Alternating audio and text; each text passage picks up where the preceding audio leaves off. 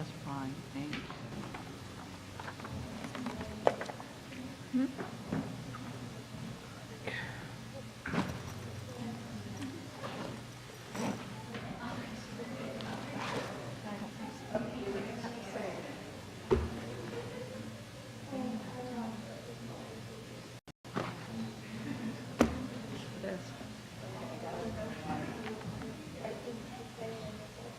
Careful of that water, it tastes really bad.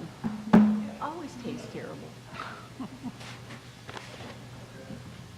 I mean, nobody can accuse you of spoiling us. Is that why I'm sick?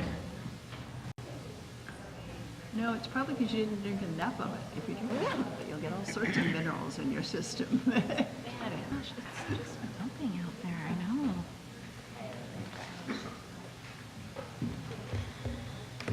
Lisa. Yeah.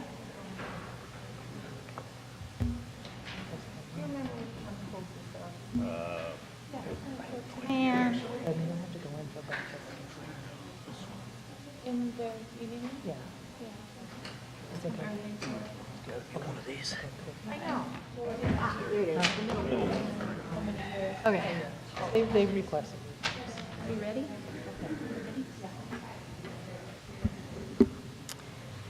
Good evening. The regular session of the Board of County Commissioners is the governing body of Clatsop County, all county service districts for which this body so acts, and as the Clatsop County Local Contract Review Board is now meeting in regular session. Please stand for the flag salute.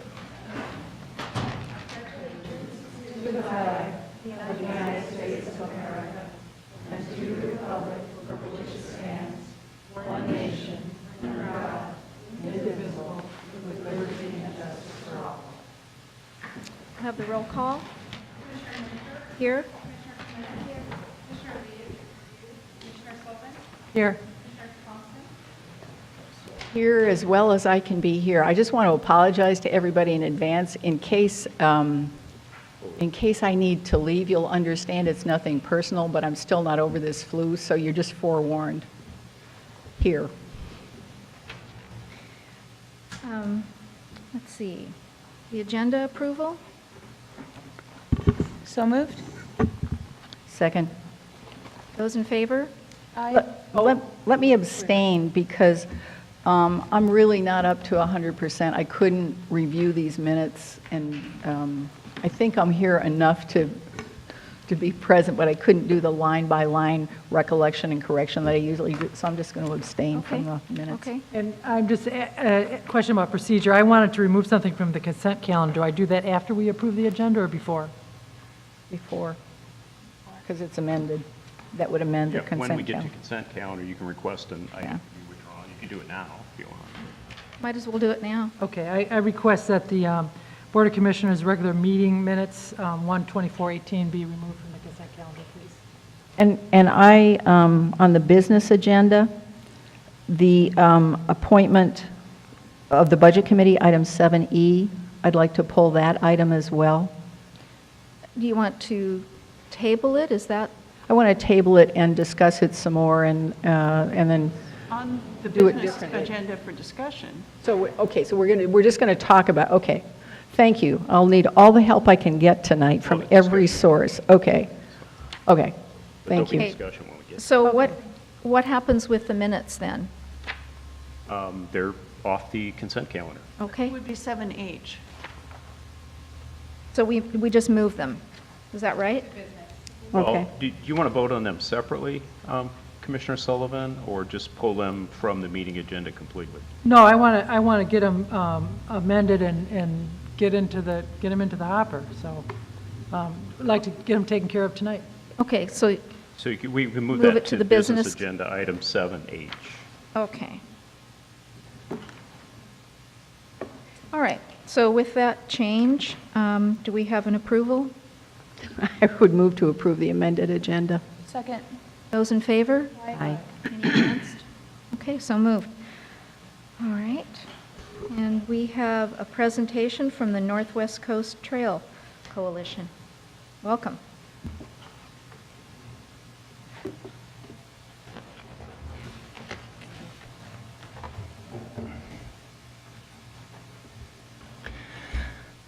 Madam Chair, Commissioners, and County staff, it's a pleasure to be here with you again. I'm Tessa Scheller. I'm the Vice Chair, and with me is Stephen Blakesley, our Chair for the Northwest Coast Trails Alliance Coalition. We have been operating in the county for a long time, first as, since 2004 as Warrenton Trails Association, and then in 2015 we morphed to become the Northwest Coast Trails Coalition. Our mission is cooperatively, and that's our key word, plan, build, maintain, and advocate for a well-connected and accessible system of multi-use, non-motorized recreational trails for our communities. Coalition building is part of our mission, and we're fortunate to work with a number of other municipalities. We're a nonprofit, 501c3, and we have, of course, an all-volunteer board of directors. We get support from the National Park Service and Oregon Parks and Recreation Department. We have met for many years at Fort Stevens, and now we're meeting over at Fort Clatsop, from fort to fort. We are passionate about trails, and we think that they serve our community very, very well. So I'm Stephen Blakesley, and one of the cornerstones, I'm hoping this is familiar to all of you, is our Northwest Coast Trail Map and Guide. And this is really what brought us together. I'm just going to review it really quickly, but this is what brought us together as a regional coalition. We did an inventory to see what kinds of recreation were available for low-income folks here on the coast, and we realized we had a lot of trails, but they were under all kinds of different jurisdictions. And it was really hard to see who owned what, where they were, what places they were, so we decided to put them all on one map. In order to do that, we wanted to make it sustainable. So we set out and we used an organization that has maps all over the West. So we've got the River, Mount Hood, Central Oregon, Lake Tahoe, Sun Valley, Sisters, Oak Ridge, Oregon.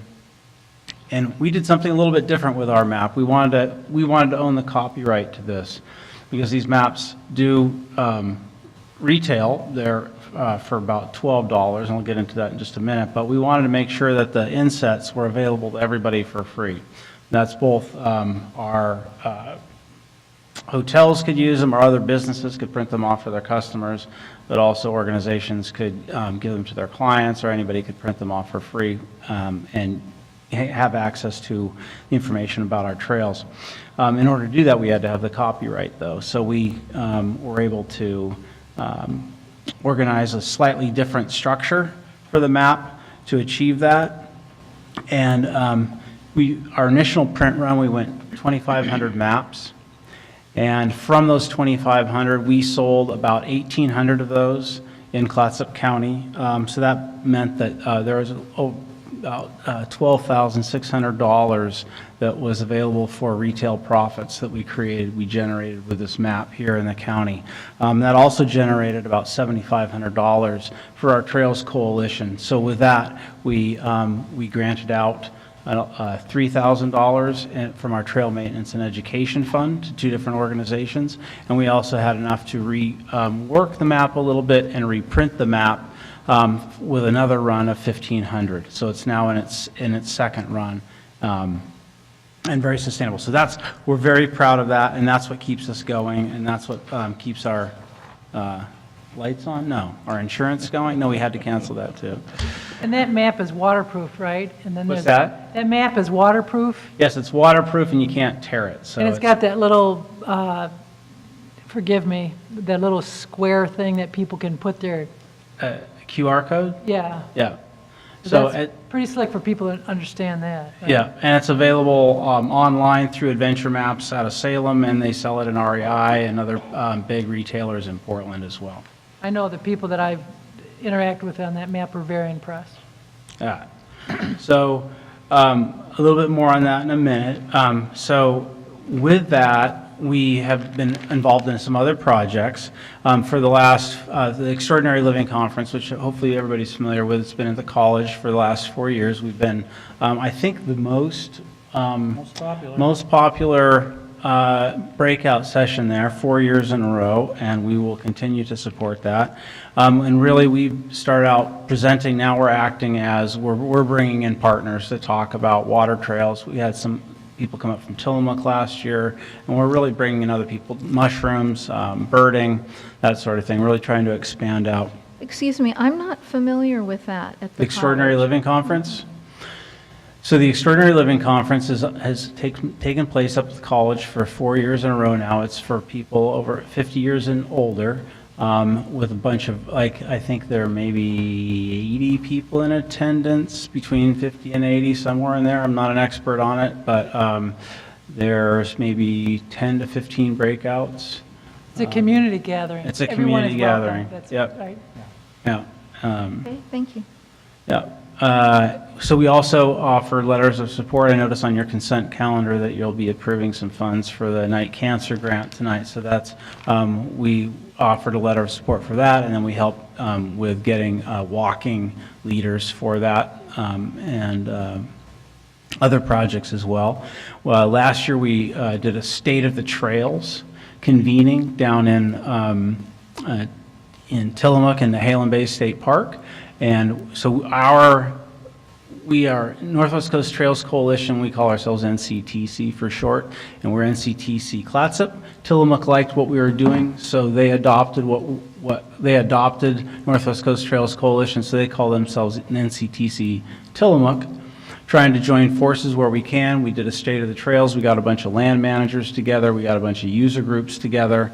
And people that are trying to promote trails and work on trails and improve trails in our areas. And we had a convening of that. I'll show you a picture of that in just a minute. And we're going to have a second one this May. Is it all right to interrupt with a question? Yeah, that's fine.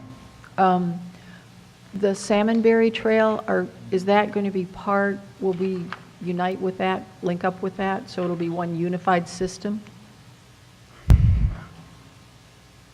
The Salmonberry Trail is not, we have very little to do with at this point. I try to keep up to speed with what's happening, but that's really, there are other jurisdictions that are working on that right now. I just thought it would be good if we could enjoy some of the benefits that other people are working.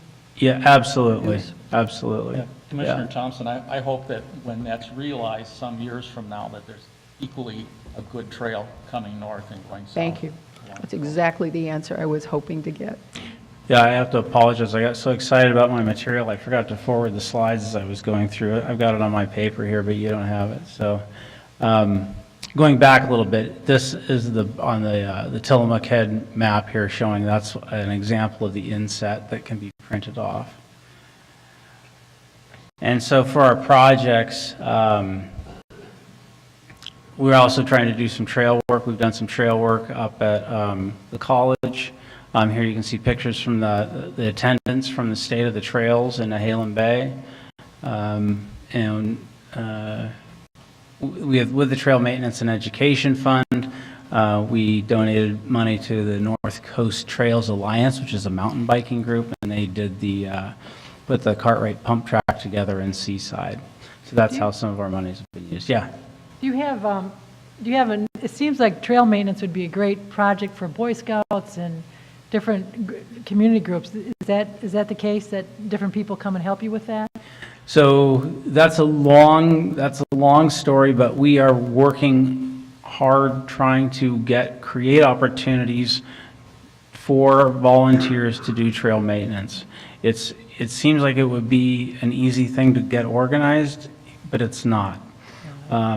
For a variety of reasons, but we are still working towards creating those opportunities. Right now, a lot of the trail maintenance is done through the corrections work crews. Okay. But volunteers typically are not used in an organized fashion, in a formal sense. We're hoping to work to change that.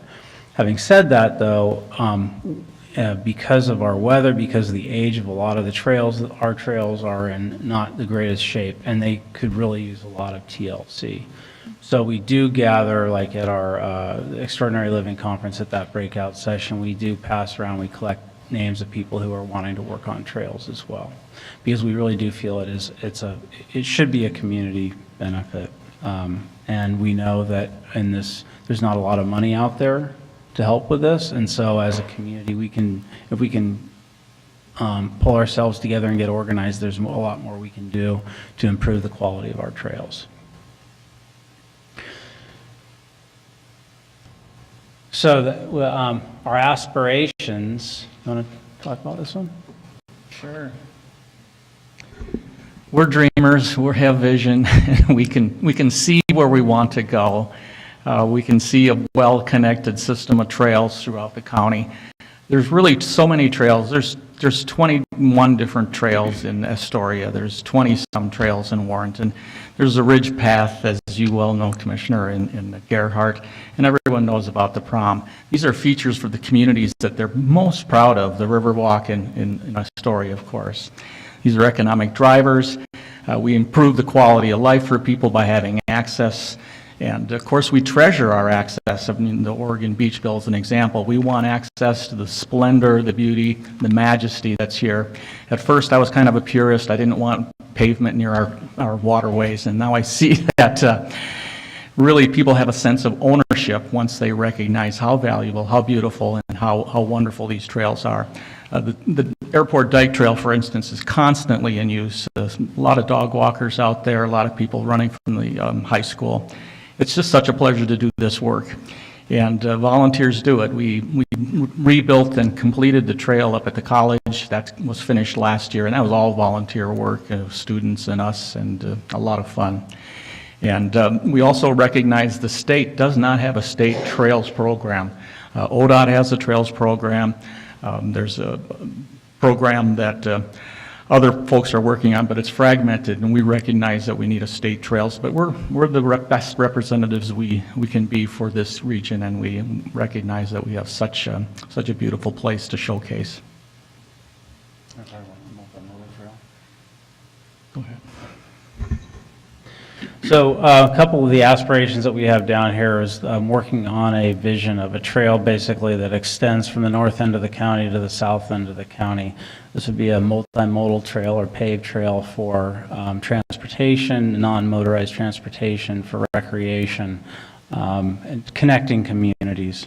That's a very big project. We also want to improve local quality by increasing the number of volunteers doing maintenance programs that we talked about. And then we want to represent the North Coast region at the state level. And just yesterday, Tess and I were on a call where they're reaching out about, they're wanting to look at the gaps in the Oregon Coast Trail. And there's some gaps in Clatsop County, and so it looks like we will be representing the North Coast at the state level to work on filling those gaps for for the Oregon Coast Trail. Question. Oh, yes. Are you working with Travel Oregon at all? With Travel Oregon, aren't they working on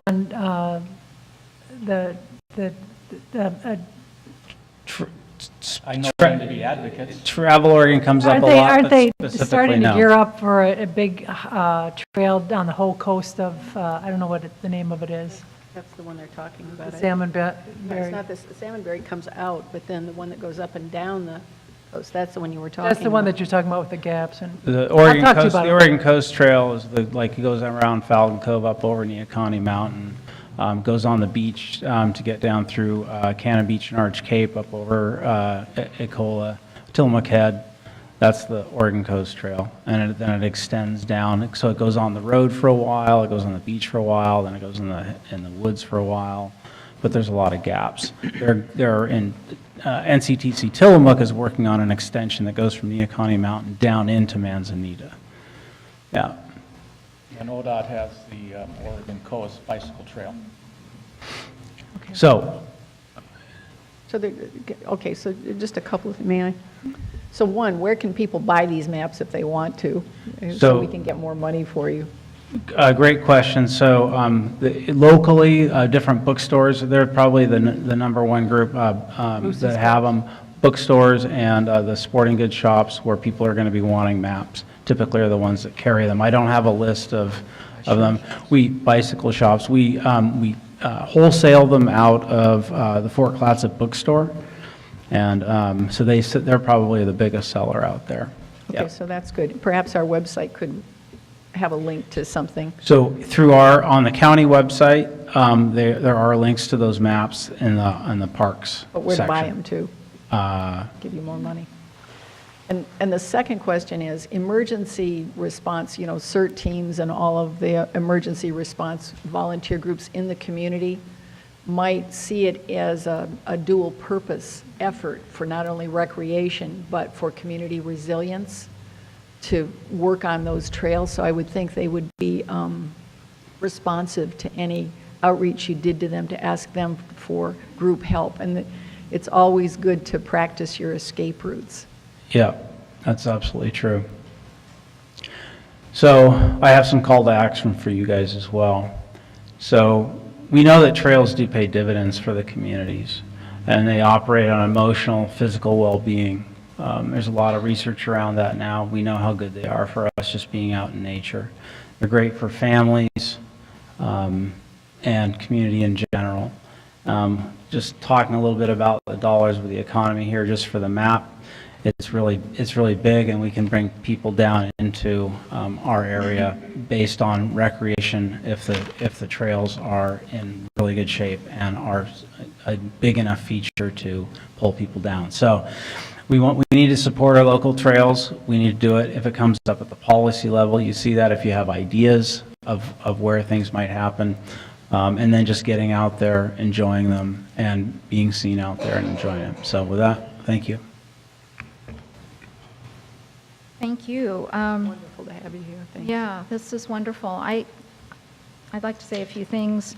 I think that the more people that know about the trails, the better they'll be protected. I like your aspirations. I was at a 2-day workshop across the river many years ago, and one of the aspirations that both the Warrenton district and my district, Gerhart Seaside, came up with is we would like to see a contiguous trail through the county. And so it's great that this is still viable, a dream anyway, and I believe that dreams produce reality eventually. So also, as you know, the healthy living that the county is involved in, this is part of that. And you probably know that there was this study done in Japan some years ago that people who walk in a forested area just once a week, their blood pressure gets normal after a while, their numbers for diabetes, their blood sugar levels become normalized. And so it's a wonderful benefit in many, many ways.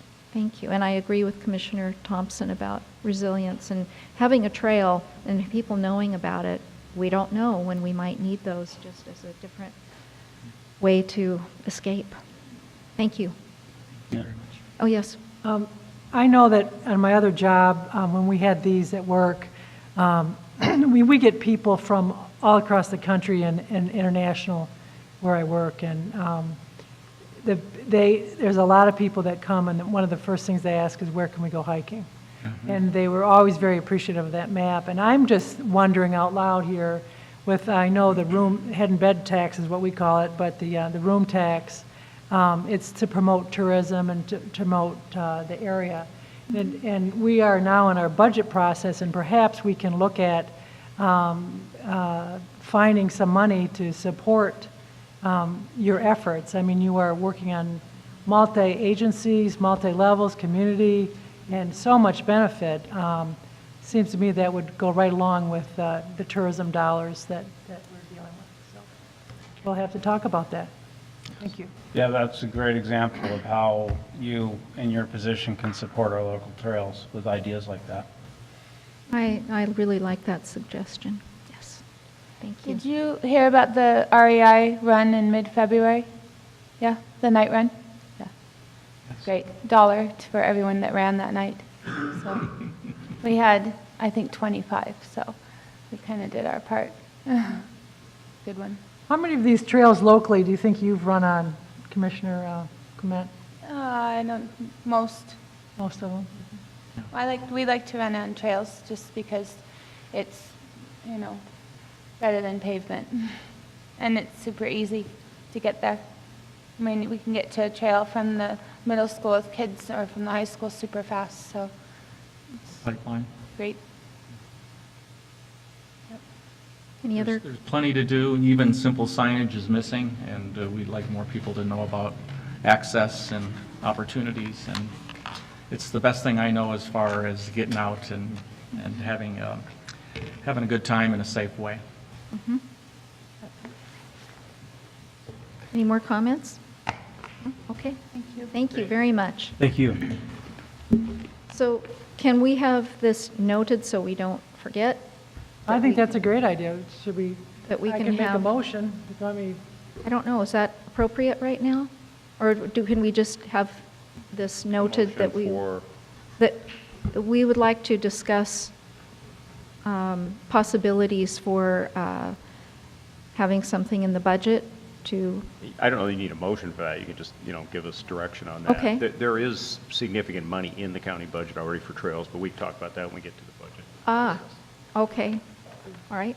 Are we in agreement with that? sure, I just think that one other possible avenue is that head and bed tax, the tourism tax, because this is directly supporting tourism in our area on so many levels that I think it deserves some special earmark money for it that could be ongoing. So how would we look at monies from the room tax? How would we do that? When we have budget presentations, time- we'll same walk time. through, what Okay. funding is in there, and you can decide if, you'd like to add to that. Some of the funds we have are restricted, so, you Okay. can't use them in just any way, but. Right. But they have to be used for trails, but in a certain way. Yeah, So, thank you for that reminder. We need that. Okay. yeah. Thank you. All right, so we will move on to business from the public. This is an opportunity for anyone to give a 3-minute presentation about any item on the agenda, except public hearings, which we have none tonight, or any topic of county concern that is not on the agenda. People wishing to speak during business from the public must fill out and sign a public comment sign-in card. So we have 4. And the first one is George McCartan. Please state your name and your address. Good evening, Madam Chairman. Madam Chair, should be. And members of the commission. My name is George McCartan. I live at 490 Franklin Avenue in Astoria. And the first thing that I just want to address briefly is this services contract with the GFP Enterprises for, I guess, disaster assistance. What I'm wondering about for starters is, are they going to, in a scene like this, is it contemplated that they are going to come in and take over, or are we at least going to have our first responders kind of supervising them? As this contract, I don't know if it's that clear or not. Are you referring to the item on the agenda tonight? I'm sorry? Are you referring to the contract on the agenda tonight? Yes. Okay, well, you'll get more information later, talk about what that is and what they would do and what they wouldn't do. Okay. I take it there's not a lot of companies like this that sit around waiting for natural disasters, and so they can, get some equipment together and some working people. And although I am a firm believer in a living wage. I looked over these and I thought they were just a little bit over the top. And we didn't do the competitive bidding, I take it because there are no other ones around. Well, we'll get into that later when we get to that item on the agenda. So, but we're not committing any funds, so it wasn't necessary to bid it out. And then I looked also at the, on the business agenda, item 7F, the professional service contracts with the county attorneys. And I just would say, I continually try to stop denying that this is a great, huge geographical area, but a rather small population, and I'm a little concerned that we have to have that many attorneys and contracting with them. The contract calls for our chief attorney to get 100,000, not more than 100,000 per fiscal year, and I think her contract should always be renewed. The others, I think, should be put out for competitive bidding also. And what I don't understand is, in some cases, it says there, for example, on page 201. Well, we'll take that up some other time. Thank you very much. Thank you. Next, Kevin Widener. Did I pronounce that correctly? Yeah, it's pretty much as it says, W-I-D-E-N-E-D-Y-N-E-R, Widener. Okay. I'm here to urge the county commission to support the idea of an off-season election pamphlet. I believe it is a necessary step to improve voter knowledge and frankly, help turnout, because I believe it would. I believe that the PowerPoint was not substantially representative of what would happen. And as a special district representative, I'm in a special district, countywide special district. I believe it is a good idea. And we will fund it. And it needs to be put into our budget in this year. I'm the only representative on my board who currently was elected in a competitive race, and I'm very proud of that. I was also the only one who won as a nonpartisan voter in a nonpartisan. And we, as a district, decided to support it, and we will support it in whatever capacity it is, and I strongly urge it is. I'm a 100% voter. I vote every election. And I support INCO, and I support the Vote the Future in this. And I'm going to once again urge the county to pass this. Thank you. Thank you.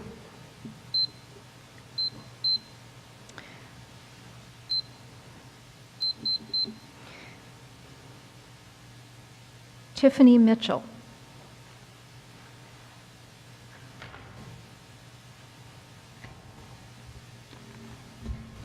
I have two items that I'd actually like to talk about tonight. My name is Tiffany Mitchell. I live at 445 Pleasant Avenue in Astoria, Oregon. The first thing I'd like to talk about is, and I do apologize, I know I've been here several times on the voter pamphlet issue, so I understand I'm kind of a little gadfly, and I apologize for that up front. I'm here because I heard through the grapevine of small town living that this is something that might continue to come up a little bit and actually possibly get some traction, voted on, or die. I would like to support this council in a decision to move forward with having a voter pamphlet in off-year elections.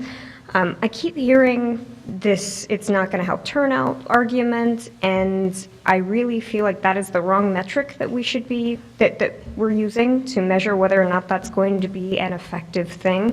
A voter pamphlet is about informing people and giving people the opportunity to inform voters about themselves. Whether they choose to do that or not is up to them. But I do think it's important for our democracy, and especially here at this local level, to make sure that that information is available. And I do think that it's something we could do.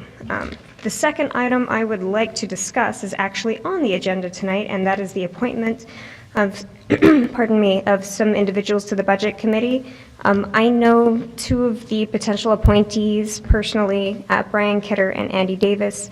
They're both on the Executive Council for the Clatsop Democrats.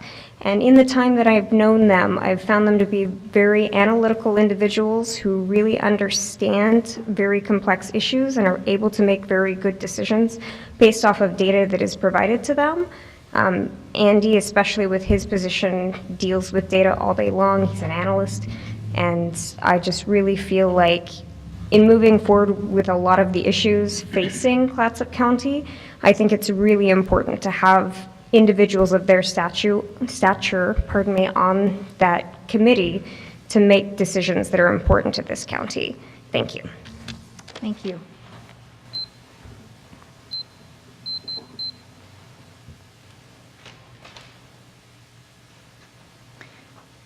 Andy Davis.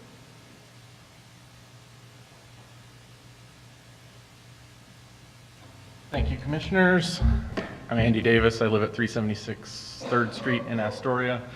I just wanted to come up and speak also to sort of follow up on Tiffany. I guess that's the way the cards dropped today. But to say that I applied for the Budget Committee because I'm deeply interested in the issues that are coming before the Commission. I'm running for Commissioner. I would like to be involved with county government to the greatest extent possible. I realize that if I were to win, I would need to step down from the Budget Committee. However, if I become a commissioner, I think it would prepare me well. If I don't become a commissioner, I'm also serving on the City of Astoria Budget Committee. And on issues like, Jill is here tonight to talk about discretionary funds and different programs within the county that need funding. And we don't always have enough in the pool for either the county or the city to support all these programs, but where we could create some synergy between the two governance groups, I could maybe serve as a linkage between the county budget and the city budget. And I would love to represent sort of progressive priorities for the whole county on this committee. Thank you. Thank you.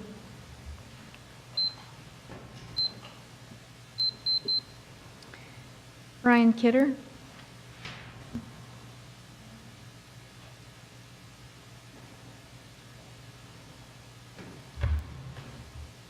Hello, my name is Brian Kidder. I live at 1558 Jerome Avenue here in Astoria.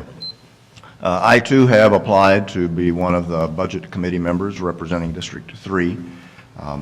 My experience is one that both in the private sector have been involved with the formulation and the execution to a budget.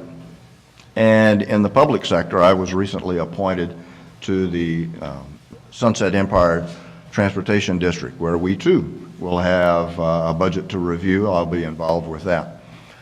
As Tiffany mentioned, I am on the Central Democratic Committee. I serve as their communications director. Communications is one of the things that I believe is very important, even in a budgeting process. As you heard tonight, the Trails Coalition has a project that this commission has now expressed some interest in possibly funding. As a member of the public, these are the kinds of issues I would hope to be able to bring forward and at least shed some light on those kinds of funding opportunities when they come before the group. So I would appreciate your consideration when you think of filling those positions on the Budget Committee. Thank you. Thank you.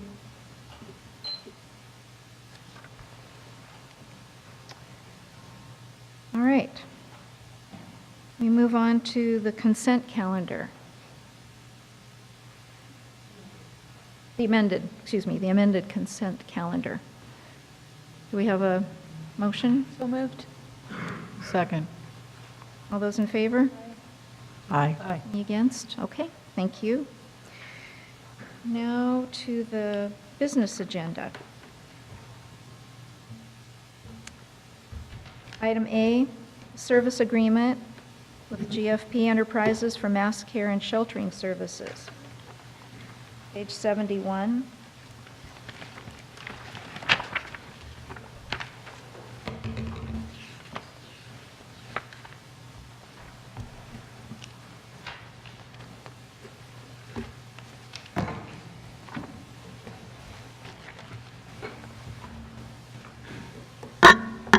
Oops.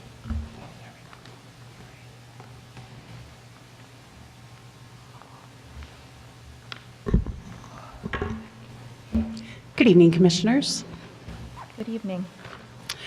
I'm here before you tonight to ask you to consider signing a contract, a pre-emergency contract for mass care services in Clatsop County. I spent some time in the agenda summary sort of trying to explain how we got to this point. When I would talk to Cam about it, he would say, "But you got to explain how we arrived at this need." And so I've talked to Commissioner Thompson offline about this idea and Chair Lee a little bit, but the rest of you I recognize are sort of hearing about it tonight for the first time. So we talk about the Cascadia a lot these days, and one of the things we know is going to happen is that we're going to need to shelter a lot of people, and one of the things we know is that we don't currently have the capabilities to do that. So about a year ago, I contacted GFP Enterprises to address Mr. McCartan's questions and concerns. Yes, I spent a couple of months looking for companies across the country, recognizing that in order to bridge this gap of time that we would need to get people here in a timely fashion, we need to find somebody closer. When FEMA sends people to your county to provide sheltering, they come from all over the country. And so I was surprised to find that there was a company in Sisters, Oregon, who provided these services. They were masquerading as a wildland firefighting company, which is mostly what they do, but in 2005, they purchased some equipment and went down to Katrina and spent a couple years there. And so they got some experience under their belt. And so last year on the Martin Luther King holiday, I went to Sisters and met with the company to talk about Cascadia response. No one had ever approached them about it before, so it seemed worth a trip over. We have spent the last year working on this contract. It's sort of a new idea, and it took some time. We first met with GFP. We came back and talked to Heather Reynolds. We ended up partnering with Lincoln County, who will be signing a similar contract in the following weeks. But the partnership extended to their county council, who also helped us draft the agreement. We spent some time talking to FEMA, our partners at Oregon Emergency Management, frankly trying to understand why someone hadn't done this before. And what we found out is that people do it all over the country, but it's less common in Oregon. The first question that I want to answer before it gets asked, is that it's a question I've gotten periodically: how much is this contract going to cost?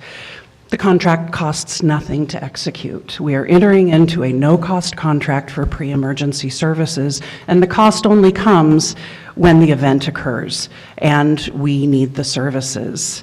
The price tag is steep. Mr. McCartan will not be alone in being surprised by the figures that he saw in the appendices attached to this contract, but the reality is that disasters are expensive, and they don't cost more before or after. They're costly, and I assert that entering into a contract ahead of time is a way to manage our resources more carefully, because we have an opportunity to develop a relationship with this company ahead of time. We're not calling them, and we're not calling them through 2 other levels of government. And so I believe that we've created some efficiencies in in looking at contracting with them directly.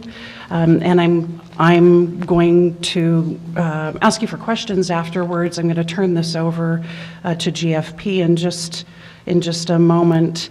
I tried to address the questions I anticipated in the agenda summary. The cost is the question that I keep getting. And the thing I want to mention before we get started, without getting too into the weeds about how a disaster occurs, because money is a big piece of this. When a disaster occurs, FEMA, as they're deciding to reimburse your jurisdiction, breaks all of the expenses into categories. And one of those categories is called life-saving measures. We've all heard that FEMA reimburses us back 75%, but when you are talking about the life-saving measures that occur at the front of a disaster, whether that be sheltering people or clearing roads so first responders can get through, that is a category of expense that gets paid 100%. And those are the only services that we're currently looking at with GFP Enterprises. So with that, let me address one more thing that Mr. McCartan asked about. His question was, are they just going to come over here and take care of things for us? They don't take over. Nobody does. It doesn't matter if we bring 1 million people to Clatsop County to help respond to our disaster. We're still responsible for everything. Anybody that comes to help us with the disaster is only serving as a resource to the county, and they're still our responsibility. So if that makes things clear.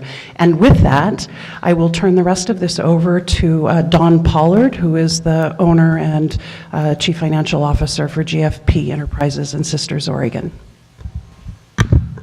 Thank you, Tiffany.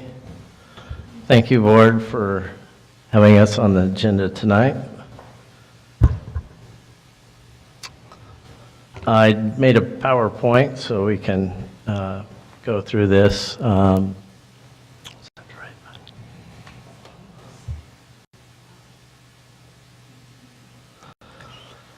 So, as Tiffany mentioned,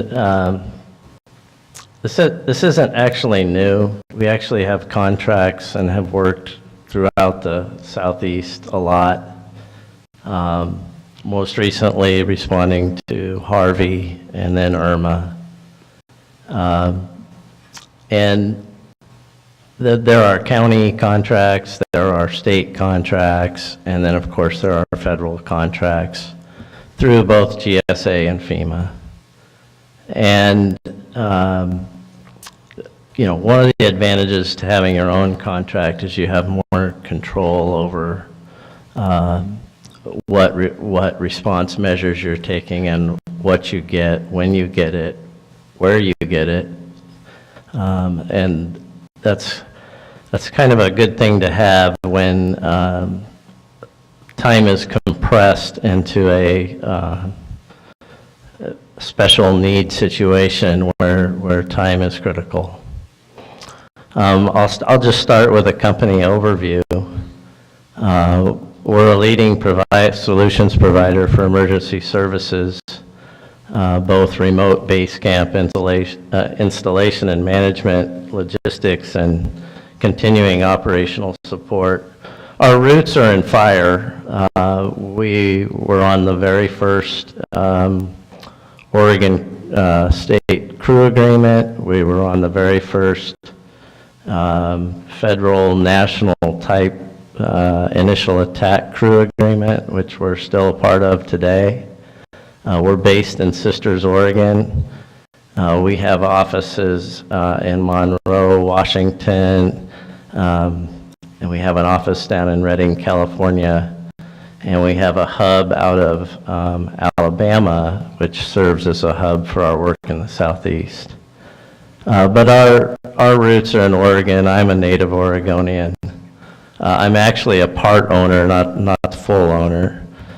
We have another part of our company that is a large mobile caterer, and if you've ever been to a fire camp, it's likely, well, you have about a 1 out of 6 chance that one of our kitchens is there feeding firefighters. So we have a unique combination of first responders ourselves, plus all of the equipment to do large-scale deployments in the time of need. We have about 400 employees that are trained in the incident command system, cross-trained in the national incident management system. We have contracts currently with USDA, GSA, FEMA, NASA. We have a lot of state contracts, such as Texas, where we deployed for Hurricane Harvey. We did, I'll just get caught up a little bit here.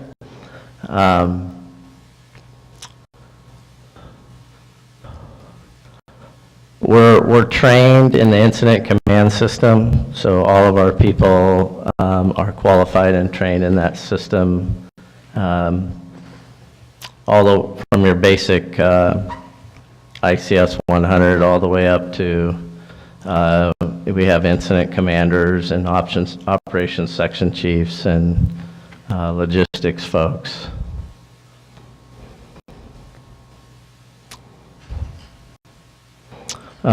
Tiffany mentioned that we had responded to Katrina and Rita, and we've pretty much responded to every hurricane since then, except for Sandy.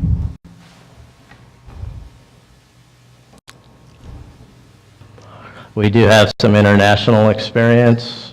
We've built base camps in Panama and Papua New Guinea, very remote areas where supply lines are tough and a lot of logistics involved. Some of our experience includes Harvey and Irma this year. We had 200 separate missions for the state of Texas, 9 full-service base camps. 7 of those were in Florida and were put up simultaneously. We have contracts with oil companies in the time of a disaster at refineries where we're very highly regulated, and there's a lot of requirements when you do work for an oil company in terms of safety and operational protocol. We also have contracts with a large insurance company and other private firms. That is a picture of a mass care evacuation shelter in 2012. We don't know of any other company that's actually managed mass care evacuation shelters, private company. We did that in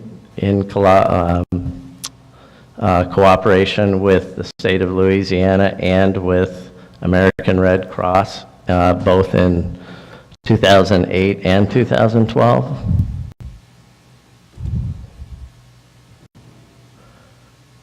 So on the left is another evacuation shelter. On the right is what that state calls a comfort station, where people can get aid.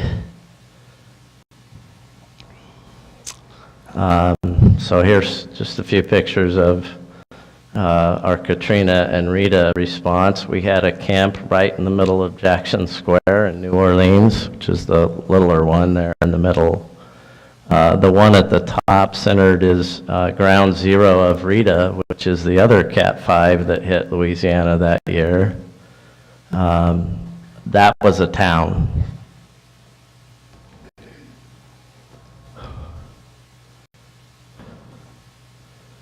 So we have a pretty good geographic reach, and we have a really unique combination of the fact that because our roots are in fire and we fight fire, we have a lot of first responders that have a lot of empathy for whatever we respond to, and plus, you know, all of the other nice things. We don't mind sleeping on rocks and getting the job done.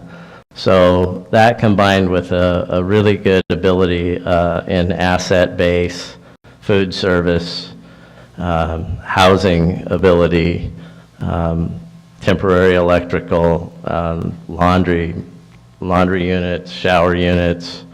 For Texas, we had 62 shower units deployed in roughly 40 locations at one time.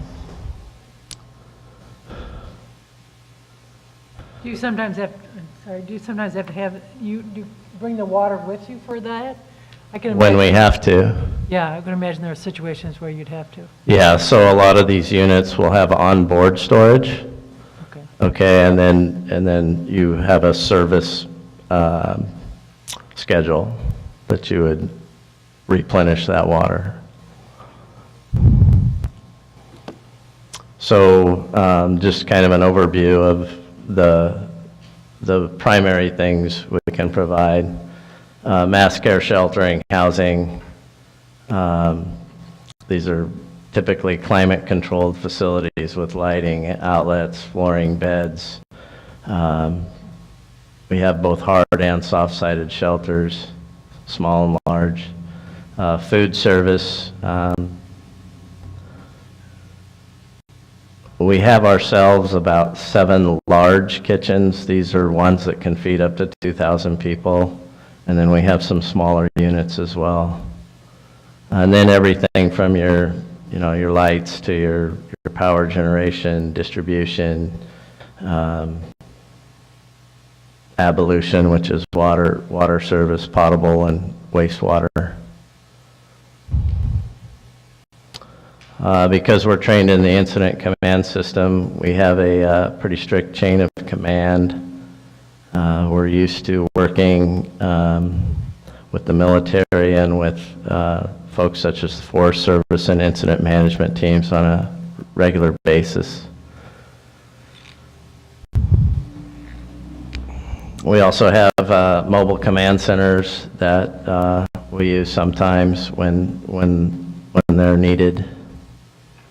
And then other things, things that we have agreements with very large national providers and local providers, such as for things like fuel.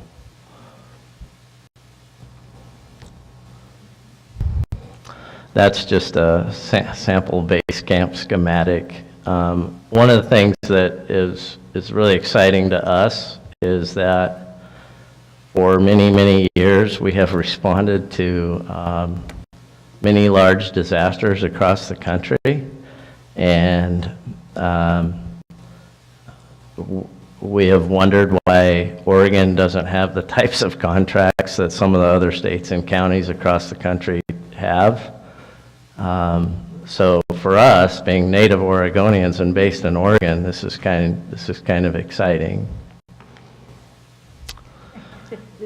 This is you excited, right? Is that Sorry. But yeah, it is exciting. We're excited about the opportunity, and none of us want to ever. We hope you never have to call us, right? I mean, we're talking about a major, large-scale event. But it doesn't cost anything to have it, and you get pre-negotiated rates. So what happens in a disaster? Because we have a lot of our own stuff, and then we have subcontractors too, and there's a lot of what I call mom and pops that just have a shower unit, or they just have a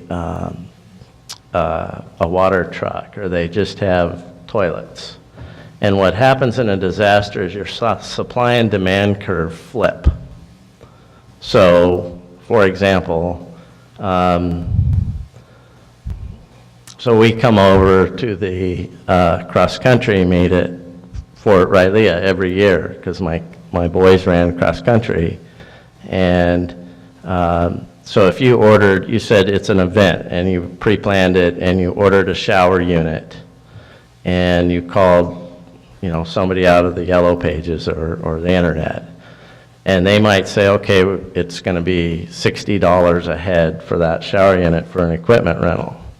Well, what happens in a disaster is the industry knows that supply and demand flip. And when you call these folks and want a shower unit, you're going to be paying $300 or $400 a head. And that's what happens in a disaster, and that's why it's advantageous to have a pre-negotiated contract with a company, you know, whether it's ours or somebody else. We happen to be located in Oregon, and we're 4 hours away, so and we have a large capacity. So with us, you have a one-stop shop. So we have to go through a lot of assets and a lot of people before we're bringing somebody else's kitchen in or somebody else's shower units in. So I have some pictures from our 2017 deployments. This is a base camp at Camp Homestead, Florida. It's a 1,000 person first responder camp. This is one right at the Key West Naval Base, 500 person. This is one in Big Pine, Florida.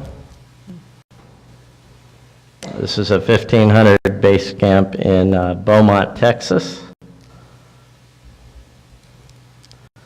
This is a 1,000 person base camp in Marathon, Florida. A 500 person in Sugarloaf, Florida.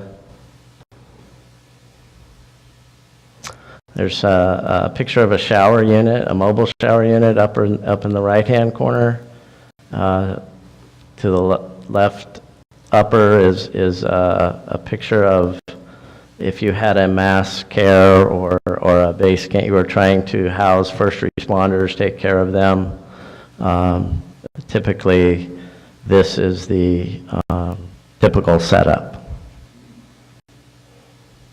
And then down below is it's a dining facility. We have our own emergency operations center.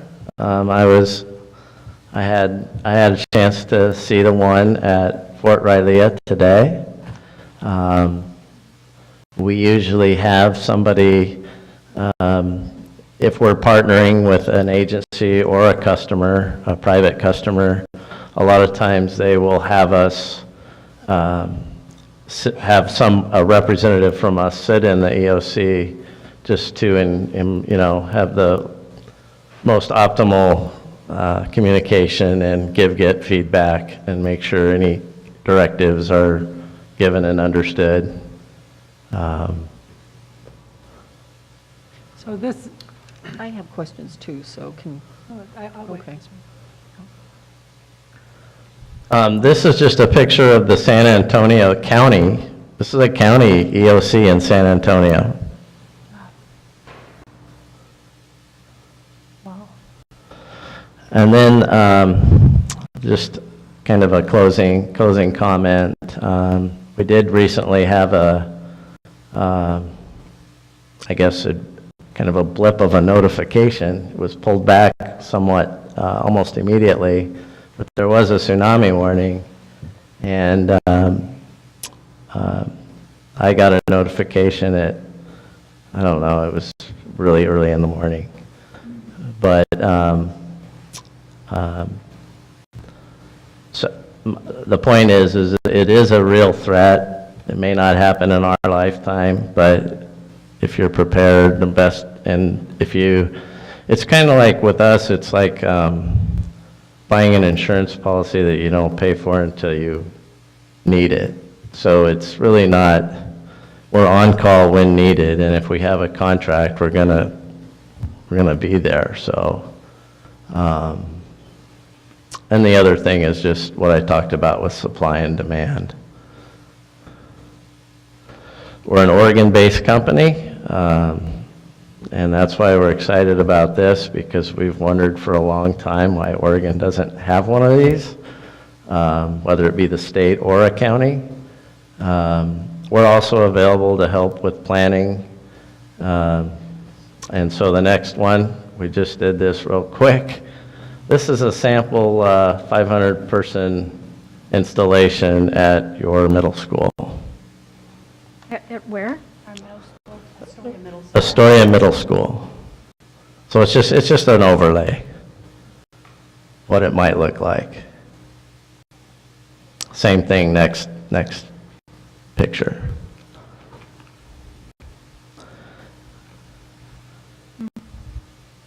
And with that, questions? Because you know I have a lot of questions. I want to just mention a couple more things before we invite questions. I want to tell you that I was asked to call for references for GFP Enterprises, which I did. They were all glowing. The words that came to mind were innovation. I heard from an overhead team on the East Coast talking about how the company pulled volunteers off the street and mobilized them in a just-in-time fashion that they were impressed by. That they were the subject matter experts for a lot of the jurisdictions that we talked about, and that's what I see happening here. They've agreed to exercise and plan with us, and they have more experience at this than we do. I see great value in that as well.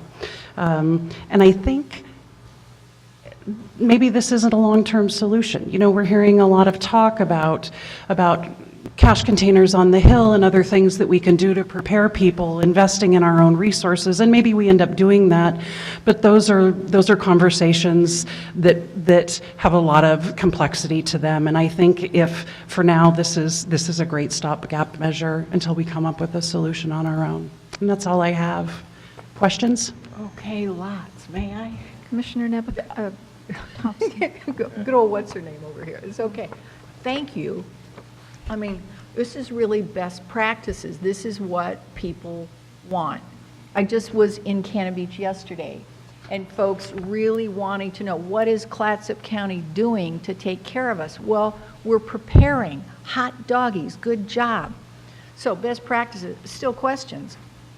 So by definition, catastrophic event means we're overwhelmed.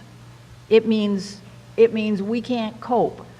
So we've got volunteers, we've got charitable in the faith community, now we've got a for-profit entity. So the question rightly arises, it's like Goldman Sachs and public education.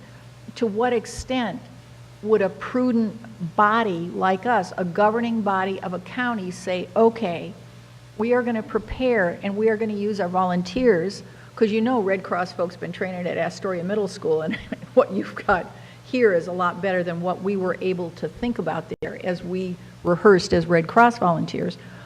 The charitable and faith community, the for-profit entity, to plan ahead to be able to cope with whatever catastrophic, because wildland fires, in my neighborhood, 500-year fires, how many? I can't remember. Air was full of smoke twice a couple years ago.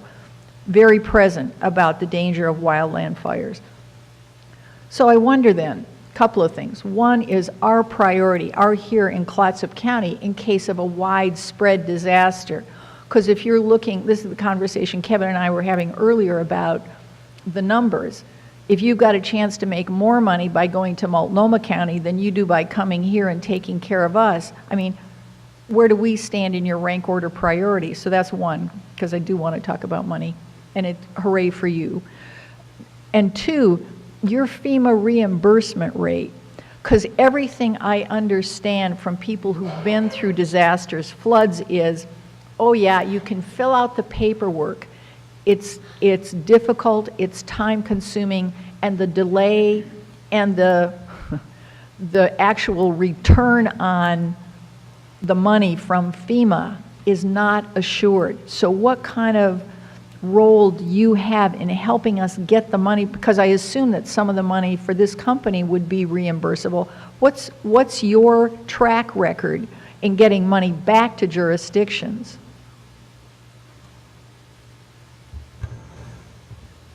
Well, our track record in the situations where we've deployed, where the disaster declaration has been declared, the track record is really good. So you have the first level, which is the 100% level, and then you have the second level, which I believe is 75%. So I know that state of Texas, for example, got a big push of funds within the first 30 days. And then the next round came over the course of the next 60 days. Did you fill out the paper? Who fills out, see, because it's like any insurance claim. You got to fill out the paperwork. Who fills out the paperwork? We fill out the paperwork. Oh, baby. Are we ready to do that? We absolutely are ready to do that.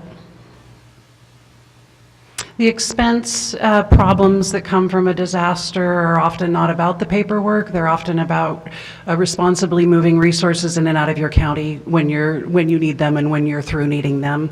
And the onus for that responsibility is on us to get our resources in and out of here and not let them lag behind. And so those are where a lot of the issues come from. And that comes down to communication and coordination. And that, again, is what we believe comes with the value of this contract, is being able to coordinate those things ahead of time and better understand what's going to be expected of everyone. So planning ahead. And I might add that you're going to have a lot of that paperwork, whether we're here or not. There's going to be a lot of other services that you're going to contract out and get. And so it's a process that is rightly handled by the contractor, as in the one in charge of the contract. So, and the way I know that it works is FEMA will have a team that is actually present and works in a large disaster case, that works with the county or with the state. Okay, so when we're talking about budgetary priorities, for me, I've been thinking about, are we adequately staffed to be able to respond to that? And I still want to hear about what's our priority in case Portland needs you more. And you still want to hear, what was the second question? What's our relative priority? I mean, if we sign the first contract, are we your first priority, no okay. matter what? Well, we do have contracts that are called retainer contracts, where people actually pay us to be ready, but that doesn't touch much of our assets. I just wanted to make sure we understand the difference between an on-call when needed contract and a retainer contract. But we have yet to say no to somebody that needs our resources.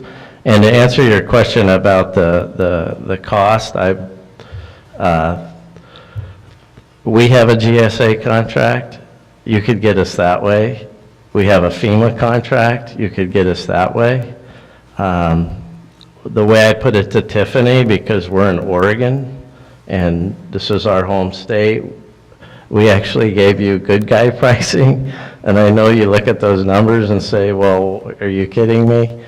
But we did. If you want to go look at GSA pricing, you can. It's public information.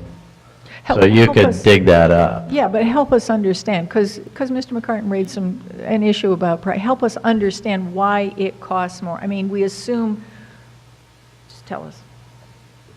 Why it costs more? Yeah. Okay, so think about something happens and it's a major event, and you need you've already American Red Cross, they've exhausted stuff. The first responder community is getting pushed to the limit. And so you decide to activate this contract. By the time you activate that contract, you're going to want us here yesterday. That's just the way it is. And so we have to mobilize. Think about how much equipment we have to mobilize and how much people we have to mobilize. And then the supply lines. So we're coming into a disaster area, and let's say we're setting up 500, we're going to take care of 500 first responders. well, what is the cost of food? What is the cost of a staff in a kitchen preparing that food, serving that food? What is the cost of erecting all those facilities? What is the cost of the facility itself? Like one of those little tents that you see there is a $19,000 tent each. And that doesn't count the HVAC equipment, the electrical equipment, the fuel. Depending how you want laundry, like, you know, you can order it as a fold and fluff where we do all the, you know, the first responder drops their laundry off and in 24 hours they get their clean clothes back, or you can do it self-service. There's a lot of different options, and we've designed this one to where you can actually order a la carte. So you can only order what you need, not more than what you need, not get the whole package because you only needed a shower unit. So it's scalable. So, because fundamentally, you're recreating the infrastructure that we first world people think is just naturally part of life and should always be there. Yeah, so there's no power, there's no potable water, there's sewer systems aren't working. Yeah. So we bring all that. Yeah. So if you go to our website, our motto or our mission statement is we bring the power of community anytime, anywhere.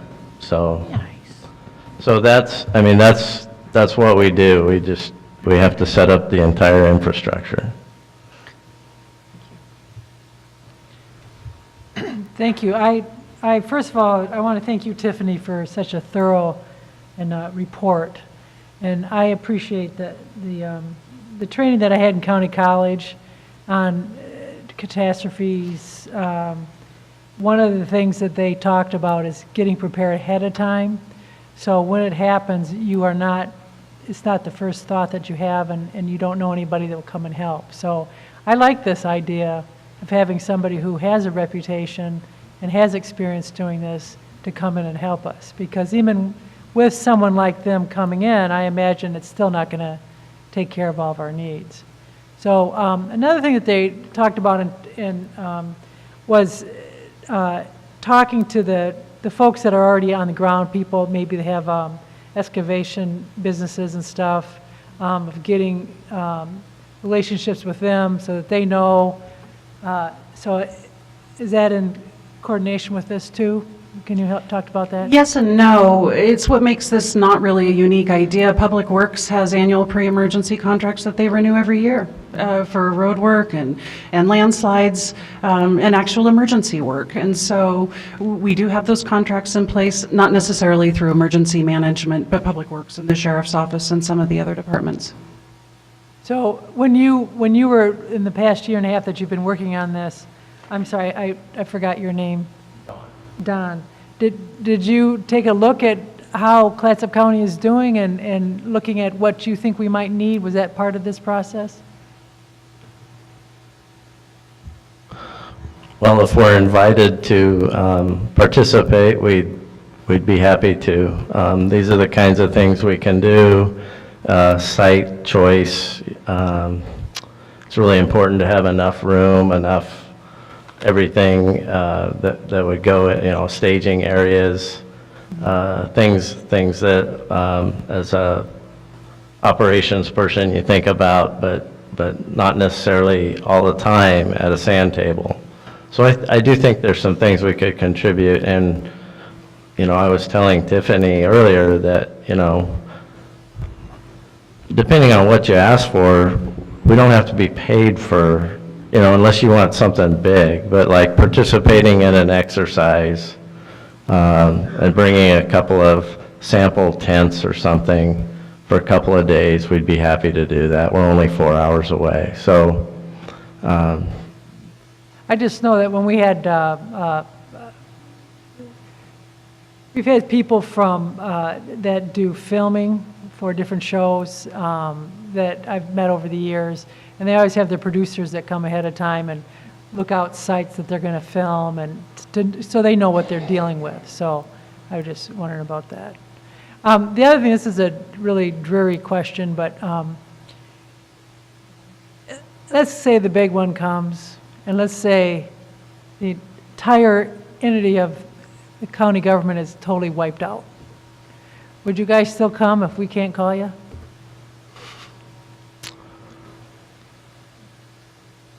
It probably, and the reason is because we have contracts with those other entities. So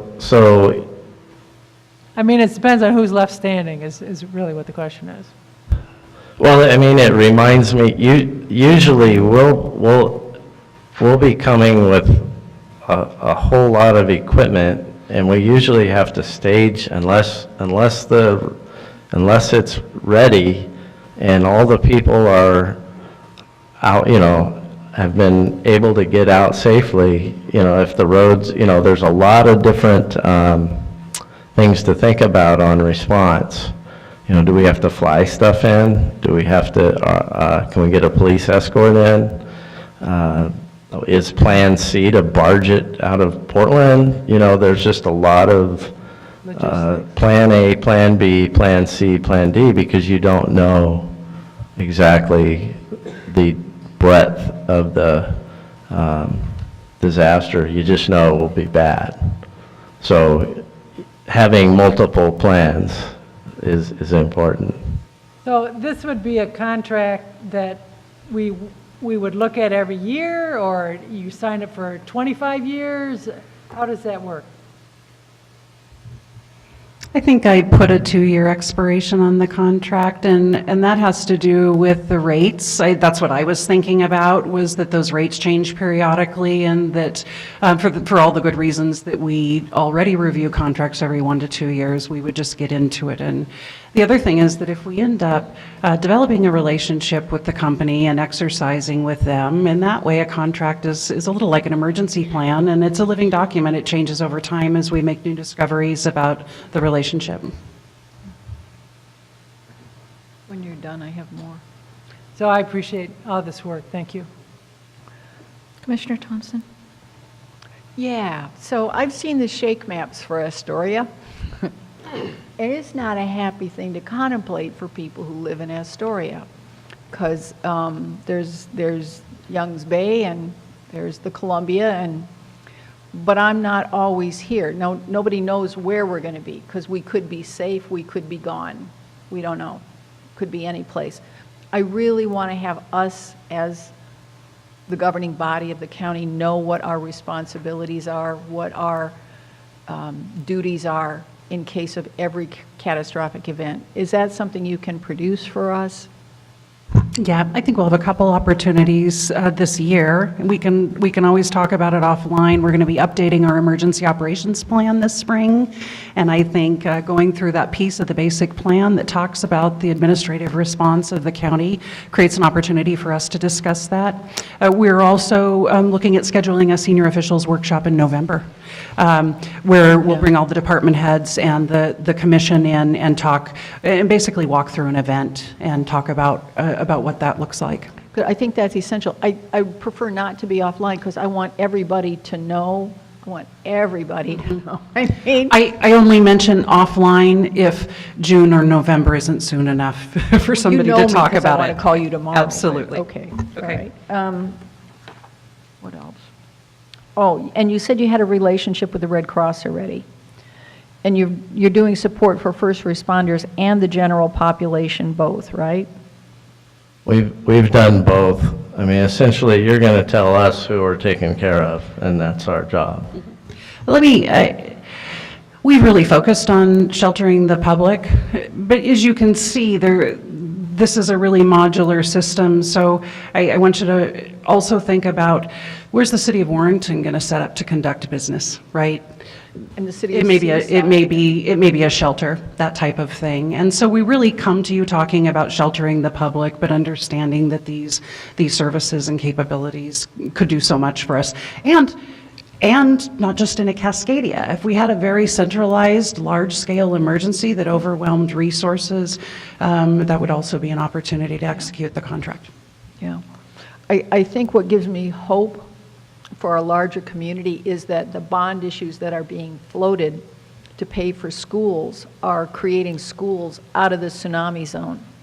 And so communities are saying we need to prepare to keep our children safe, but also to be community centers in case of catastrophic events. So I think that's already happening, and the bond, that's where the bonding is going. That's why the jail becomes difficult, because people are saying, well, we want to take care of our children and ourselves, and then how much money is left? So what are our priorities as communities? So this is a huge, I don't want to say leap forward, it's a wonderful development. I'm delighted. Yeah, thank you for this. I'm really delighted to see this proactive step. I was a little confused about what you had said about retainer. So if the county has you on retainer, then they're paying you ongoing? Is that what you meant? And then they would take precedence over if we did not have a retainer? The question posed by Commissioner Thompson is one that I've heard 20 times since I started having this conversation with people. It's valid. I warned Don. I warned Don before he got here.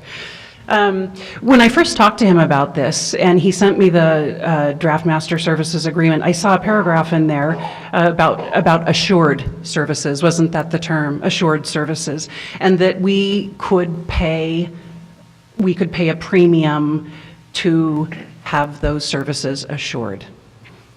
I am of the belief that there's no such thing as assured services after a Cascadia event, and Don and I sort of talked about that. For the purposes that we're contracting under this, that just seemed like something that we didn't necessarily need to bother with, and Heather Reynolds concurred.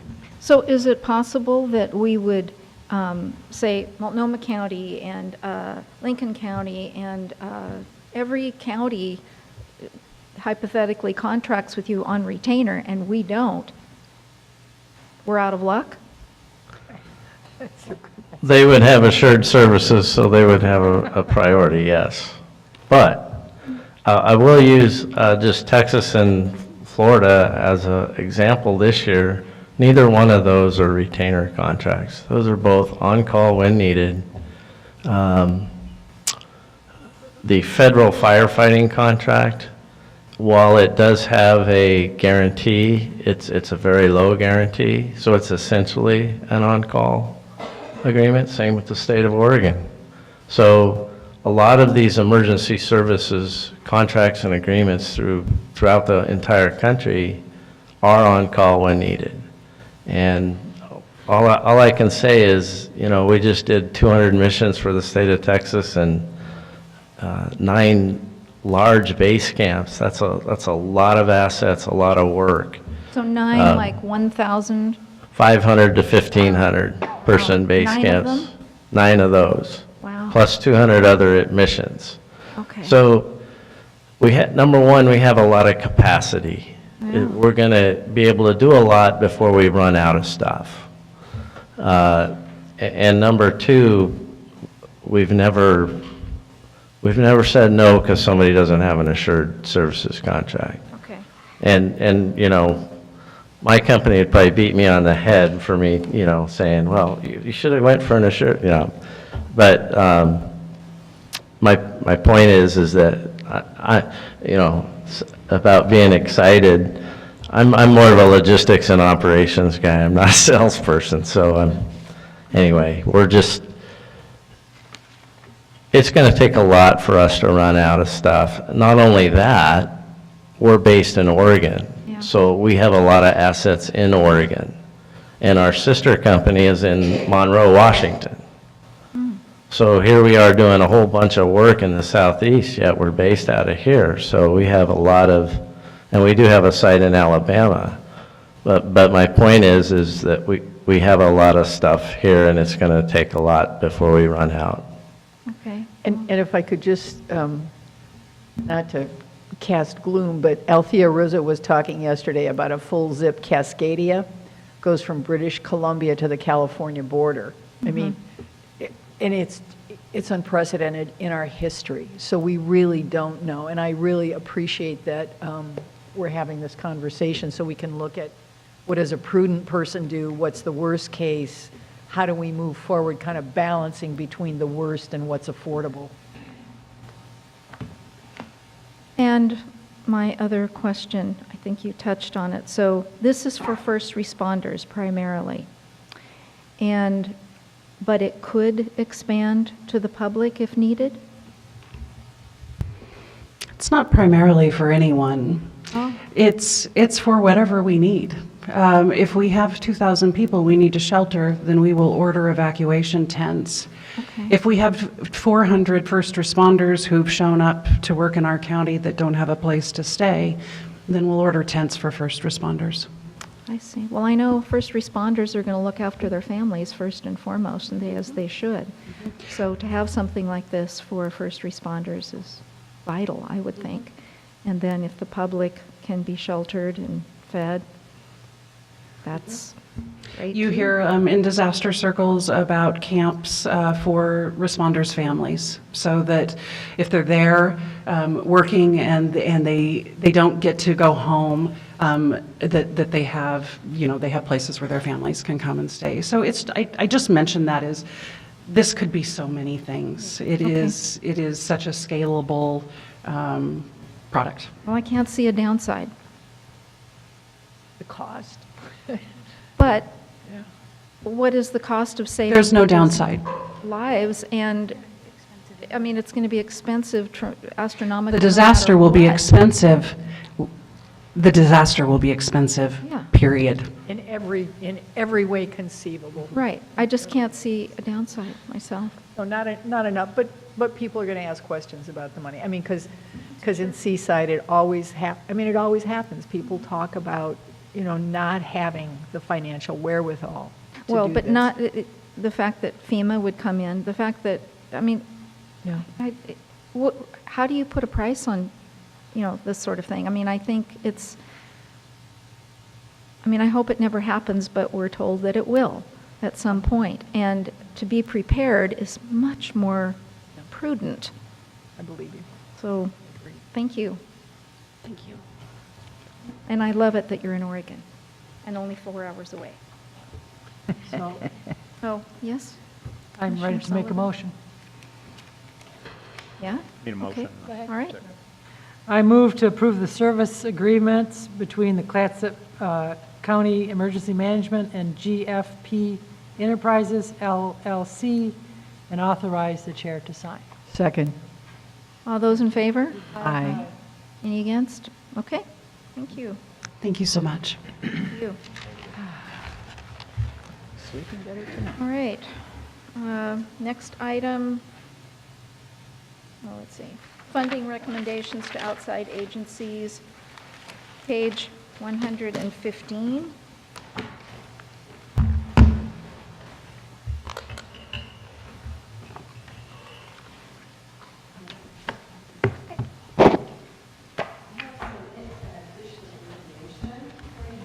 Okay.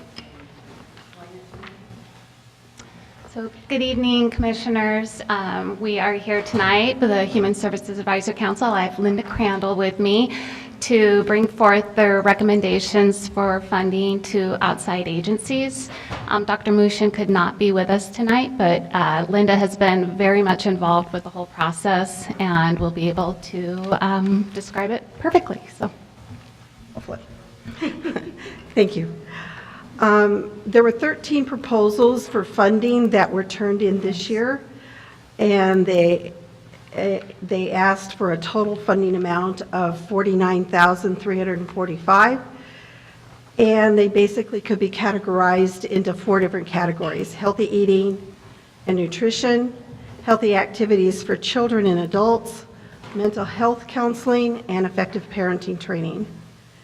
The Clatsop County Human Services Advisory Council, the commissioners had tasked us to look at these and to evaluate them for you and to make our recommendations. And so that the Board of County Commissioners could make a final either approval or disapproval. As part of the application process, it was important to take into consideration how the programs are being reviewed and how they are able to support the county's priorities, specifically the Clatsop 2030 Vision Together. And the applications that we're recommending tonight achieves many of the Vision Together goals. For instance, developing a comprehensive strategy and program to improve public health and wellness through education, lifestyle, and nutrition. Promoting public education on active living and the benefits of healthy eating and lifestyles. Supporting expanded and increased support, community involvement and volunteerism, as well as expanding and improving recreational and educational programs and activities for the youth. We're here tonight to recommend funding wholly or in part 6 of the 13 proposals. We wish we could have done more, but our limit was $15,000, so that doesn't meet the needs of $49,000. Specifically, we're recommending the following agencies for your approval. CASA is for an amount of $3,000. This project is a collaboration between the Clatsop CASA program and the Clatsop County Family Treatment Court to sponsor healthy activities for parents who are participants in the Family Treatment Court and their children. The goal of this program is to strengthen the parent-child bond and encourage the physical, social, and emotional development of these young children. Camp Kawanalong Family Camp for $2,500.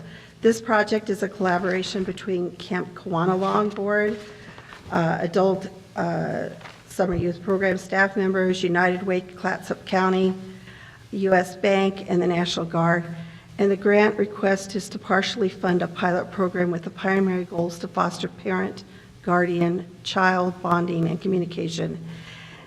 To introduce the parent and guardian to other parents, to be used as resources, and to help children meet new friends from the community so that they can have a healthy peer group. It's found that if you have a healthy, it's easy to find unhealthy peer groups. It's much harder to encourage your children to get those healthy peer groups so that it will help them be more successful in life. The Friends of the Armory has asked for $2,500. This project is a collaboration between the Armory's manager and at least 5 volunteers from the partner organizations. The Astoria Armory provides cultural recreation and entertainment and community gathering space for Clatsop County community. Basically, they have an open skate there, which is a physical activity for these kids to do rather than sitting there exercising their thumbs. And this grant will purchase 25 high-quality roller skates in the sizes for youth and kids because they're finding that they have a lot of kids that are coming, but they have to sit around and wait to get skates. Lunch Buddies mentoring program for $5,000. This project is a collaboration between Lunch Buddies mentoring program and the school districts and individual schools, small business owners, and community members. This grant request will fund expansion of their currently successful program that they have in the Astoria and Warrington schools. Astoria, Warrington, Seaside. Astoria, Warrington, and Seaside, out into the Hilda-Lati, or the Napa schools and the Jill schools. So it's expanding it out throughout the county. There's Lutheran Community Services Hope House for $1,000. This is when we gave out when the grant applications were put in, there was a check mark on there of whether they could take full amount or if they could do the program with partial amount. And some of these are for partial amount, like this one for $1,000, because they checked that they were able to, and we thought that that would be a good. This project is for collaboration between Community Services Health, Hope House, Lutheran Community Services Northwest, United Way, and individuals in Clatsop County. And this grant request will partially fund a mental health counselor that is specializing in young children who are having problems with, because their parents are having social problems. And so this is a counselor for children, and they have a sliding scale. Then the other one that we're also doing is the North Coast Food Web for $1,000. This project is a collaboration between the North Coast Food Web and Bob's Red Mill, OSU Extension, and Astoria Co-op. And their grant request will partially fund a community cooking class where they will learn to use nutritious foods rather than prepackaged foods. And it will also introduce them to the concept of farm to table, where they will actually find out where an artichoke comes from, or where an eggplant comes from. And so we're coming before you tonight with these recommendations, and if you have any questions, I'd be happy to help answer them. I strongly support the approval for these grants to these outside agencies. They have a good track record. These make a big difference in our community on several levels. Do you have questions? I have a philosophical concern. I support several of these causes on my own. My question is it the best use of a general government entity's funds to do this? I wonder, because absolutely the work is fabulous, even more. I mean, even the roller skating. I used to work with delinquents, and yes, I had to learn to roller skate. I was terrible at it, but you know what? They loved it, and it got them up and moving, even more so now. Do you have an idea of the total unfunded need in Clatsop County? Because for me, that'd be very interesting. When we look at resources, when we look at needs, what do we have as opposed to what do we need to have to really adequately address the issues? And I don't have data, and I would really wish to have that data so that when we deliberate, we think about how we want to move forward, we've got actual data to inform our discussion. I don't have the information on the entire needs of Clatsop County. I think that would take a pretty extensive study, and it might not be a cheap study to do. What I can tell you is how much of their annual budget that these grants represent, and you can see that your money is really being leveraged out. For instance, like the total budget for the Arbory is $101,000, of which this is $2,500. So I'm not looking for a study, because God knows that'll cost a lot of money. But if we could if somebody would send out an email and say, you know what, if you had to put a number on the dollar amount of your unmet need to deal with. And that might be a survey that you could put on your website of, push this button and let us know. That's not something, and that's not really something that we're charged with helping you with human services. And we have some specific guidelines of what we look at, and most of it has to do with health services. That is a good question. One of the last sessions at the AOC annual conference was this woman who talked about these kind of ad hoc surveys that were, it's kind of like speed dating or flash this or that. You know what I mean? It's a quick and admittedly incomplete, but it's some way to have some grasp of an issue. So I'll bring that in, because maybe it's useful. And another thing I'd like you to consider is that basically by having these funding opportunities available, you're basically contracting out some of the services that you as a county would provide. Exactly. I mean, whether it's, because we all look at our quality of life issues here, and we have an amazing place to live. The trails that were talked about before, I mean, to get out into the open, like Commissioner Nevekar, you were saying, is that the mental health, benefits that just come from walking in the trees is not something you can put a price tag on. And that's something I can see that you as a governing body with your Vision 2030 have said is one of our priorities. And so basically what you're doing by giving these grants out is you're contracting out some of those priorities to these volunteer groups. And what we were charged with is coming up with a recommendation of how can we best leverage out the dollars because they're precious to us too. We all pay taxes and we don't want to pay them either. So your budget comes from us, and we want to make sure that if you're going to give out some of these precious resources, that they're given out in a very fiscally sound way, leveraged as much as we can. And so that's one of the things that we looked at.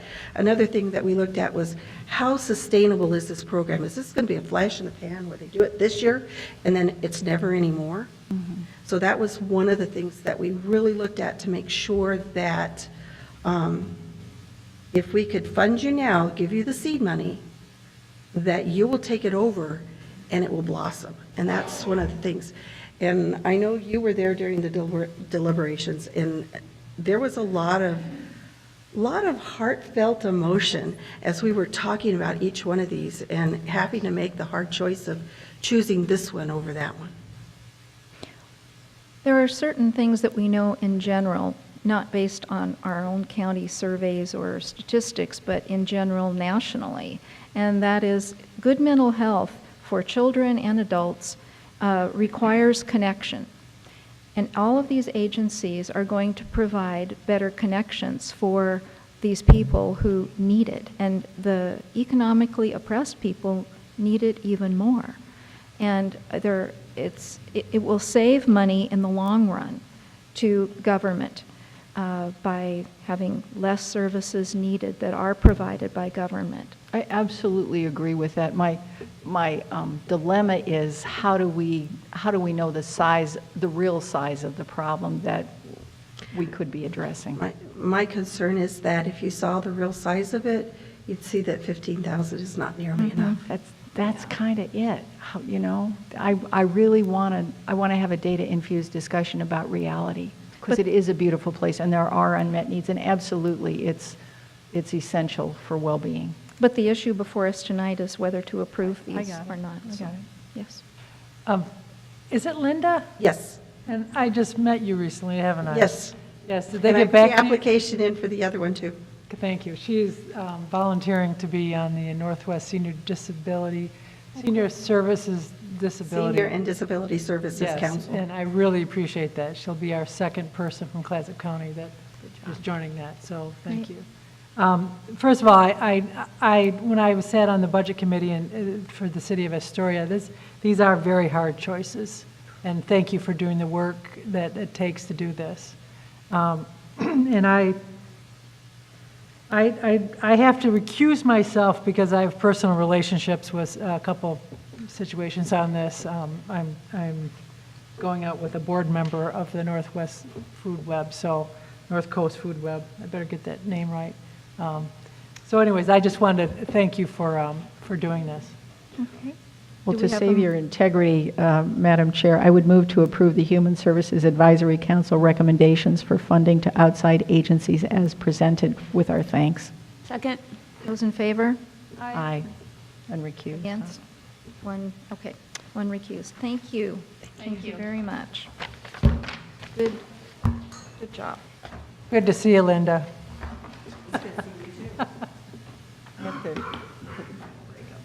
Next on our agenda, let's see, where are we? Notice of county, wait a minute. All right.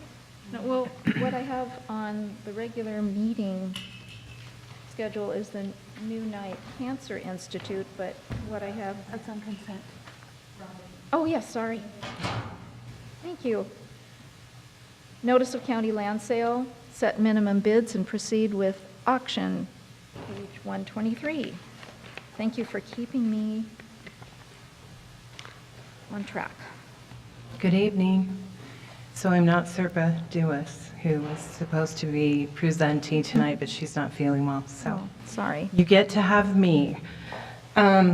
So we're here to approve the surplus county land sale that's going to be scheduled for 10 a.m. on Tuesday, March 27th. And there's 11 parcels that have been selected for auction, including parcels in Astoria, Seaside, and Morton. We talked about those a little bit earlier when we were talking about the categorization, and these are the ones that ended up for sale. So what I'm asking you to do tonight is to confirm the minimum bids that we have met together and set, and then confirm a sale date and direct us to publish this and then conduct the sale. So, do you have any questions? The one amendment that Teresa sent you later this afternoon was a reduction in the minimum bid for one of the parcels in Astoria on Floral. And that is based on our categorization meeting was held earlier than we were able to get into this home, just because of the court actions that we had to go through to complete that. And once we were inside the home, we realized that the minimum bid needed to be reduced. So if you have any questions about this, I don't know if you want to look at them specifically or if just. Didn't we already look at these before? Don't I Yes. recall? We looked at them during categorization. That's what I You, thought. you approved all of them for sale tonight, it's just to establish the minimum price. That's what I thought. So do we have a motion? Wait.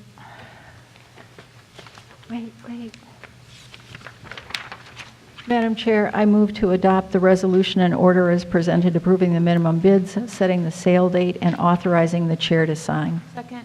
Those in favor? Aye. Those against? Motion carries. Thank you. Thank you. Next, we have the Budget Committee appointments. Fee schedule? Oh, sorry. Thank you. Adopt the proposed fee schedule. Good evening, Commissioners. So with legislative changes that come throughout the fiscal year, there's often fees that are set by statute. And in an effort to offset those costs, the county is adding a disclaimer on their existing fee schedule that says any fee set by statute not appearing in this schedule may be subject to collection accordingly. And then additionally, there is a new, it's called a garnishee research fee, and this is a fee that's set by statute, and the tax office essentially has to pay the fee to the banking institution to research the garnishment, and so this is a fee so that we can collect that in order to then pay that. So it's just a pass-through fee. And so what staff is asking is that that the board have an opportunity for public comment on the fee schedule, and then make a motion to approve the fee schedule to be adopted and be implemented effective March 1st. Okay, so does this come under a public hearing in the future? No. It's just public comment. If you would just ask if anyone in the public wants to comment on this, put that in the record, and then you can go on with your deliberation. Oh, so This we is can do an that. unusual statute in the budget Okay. section that just requires you to call for public comment. So do we need a motion to have the public comment, or No, can we just just call throw it for out it. there? Okay, so would anyone from the public like to comment on the fee schedule? Okay, seeing there is none. So then I would recommend that the board make a motion to adopt the proposed fee schedule as presented.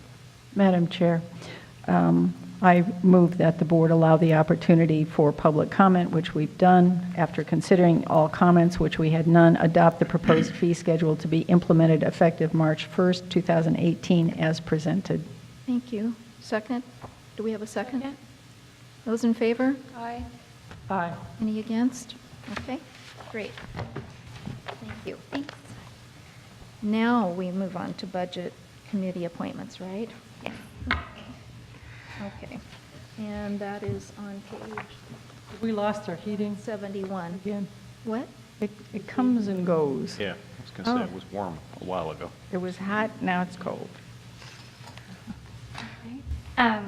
So as of this morning, we had an additional resignation from our budget committee. And so there are now 4 vacancies currently on the budget committee for districts 1, 2, 3, and 5.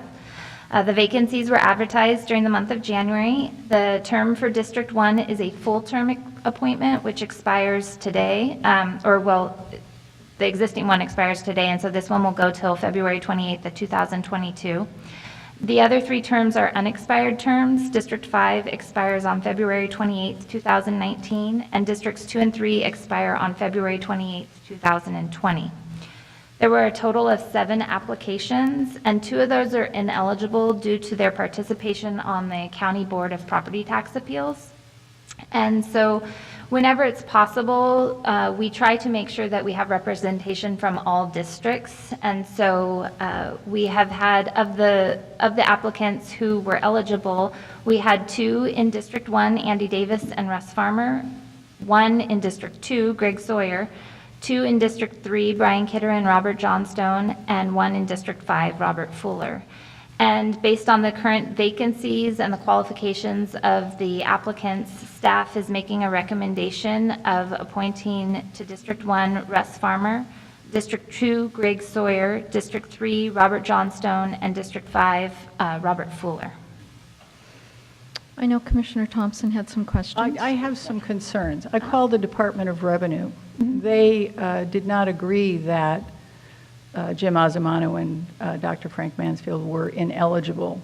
And in fact, I remember a time that the person who was not only a member of this budget committee, but chaired the committee, was married to an employee in the county manager's office. I found that, I called government standards and practices. It is an ethical financial conflict. I called the Department of Revenue. They said there is a possible exception under which the current BOPTA members would qualify, but they said I don't understand why someone as qualified as Jim Azamanu, who used to be the county manager here and has been a county manager in Hood River County, was disqualified, and instead a person with 2 years residence in Clatsop County is preferred. So I'm not willing to go along with staff's recommendation. I don't know if the chair wants to do each. I don't know how you want to proceed, but I don't agree with the staff recommendation. I would have to defer to the county manager because as far as receiving the information that the 2 people on the BOPTA aren't eligible, it's my understanding that that's a county. Yeah, that's a county board policy. Yeah. So that's your policy. Where does it occur? Could I see that, please? I don't have it with me. We don't have it with us. It's in your administrative policy. I don't, so that doesn't make sense to me, that. It's your Yeah, policy. yeah, yeah, If your board wants to change it, you certainly Totally can. understand. So I would be interested in taking a look at that. And for this reason, because I have so many questions and concerns, and I want us to do a good job, because what we want is people who are both expert and disinterested. And I think you share that. And so how do we proceed so that we get expert and disinterested people? And if it means looking at additional candidates, because we are blessed with some very fine candidates, and I'd like to look at the whole pool. How soon do we have to make this decision in order to constitute the body? I thought that the whole pool was in your board packet. Well, no, I want to look at the whole pool. I would like us to look at the whole pool. Well, if as far as changing your board policy, we would have to take that to the next board meeting, and we're hoping to get the budget committee convened at the latest by the next board meeting. But it would be a requirement to change your board policy to make those 2 other members or 2 other applicants a possible. Yeah, And so that's my interest in this, because really what I want to see is the most expert advice possible as we go forward. So what I'm understanding is that do we have to have this done by the next board meeting? What is our drop dead? Well, I think maybe the first question would be, is there a majority that are interested in changing the policy? Because if not, then we don't have to deal with scheduling a policy change. And if there is, then we have to schedule a policy change at the next meeting, and we could probably back up the budget process a little bit. Well, I think Commissioner Thompson does have a good point, and I would like to know what is the reasoning behind this policy? It's the board's policy. It's not an our artifact, policy. maybe. It's historical. I don't... I'm sure there was a reason for it, but again, we just follow the policies that you provide to us. And I have to tell you, the Board of Property Tax Appeals met Monday. Monday, right, Suzanne? Yes, Monday. I was even less capable Monday. They walked me through it. It worked fine. So what we have are people who are of great expertise and committed to behaving ethically. So I'd be interested in examining a policy, a board policy that may not be relevant at this point and unduly limits us. So County Manager Moore is telling us that if we have some consensus among us that we would like to change that in the board policies as far as a conflict, that we can do that now? No. We would have to place that on a future meeting agenda. I think we could probably get it on the next meeting agenda. Okay. You can't take action on it tonight because it's not on your agenda. Okay, okay. But I think we could get that probably on your next agenda, if that's a direction you wanted to go.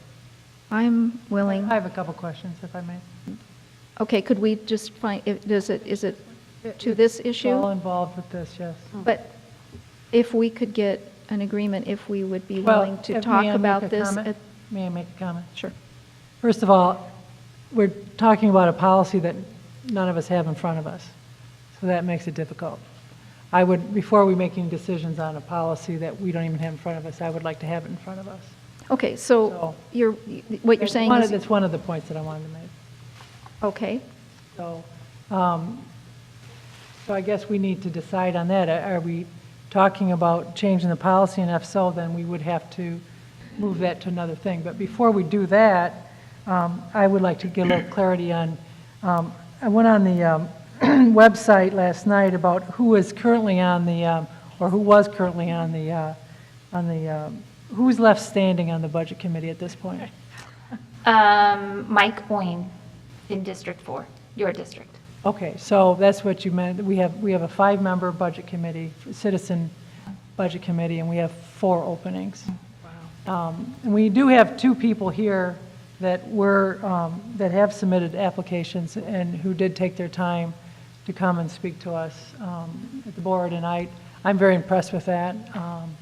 And so I don't know if we are able to make, since we have 4 openings, if we're able to maybe make some choices tonight and look at the policy and make some more choices at the next meeting. I think it would be better to look at the policy and then make the appointments. At least I'm not even sure which district Mr. Azamano would even represent. Yeah. So that would be 5. So then you'd have 2 candidates and 5 potentially you'd need to choose from. So. Mm-hmm.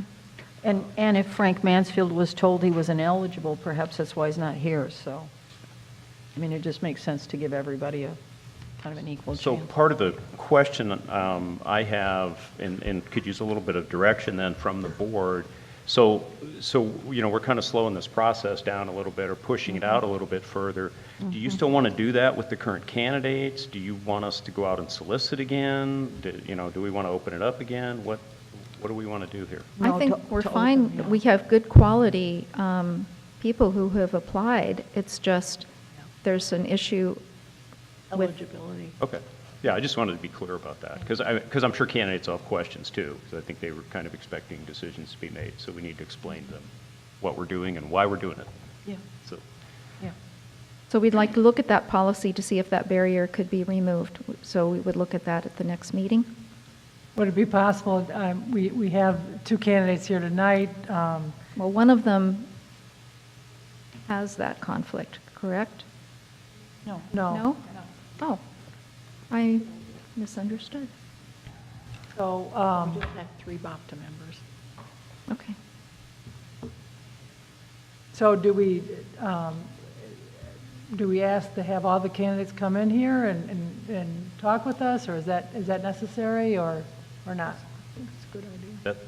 it's a choice for you. I mean, if that's what a Yeah, majority that's what would I'm like to asking do, the we board. could set something like that up.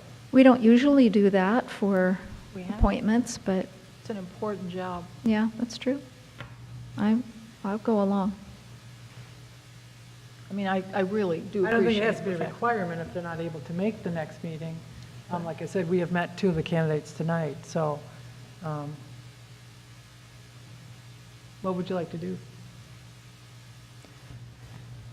Well, I think the county manager is looking for a consensus of what we would do at the next You're meeting. the chair, so you'll be determining what we want.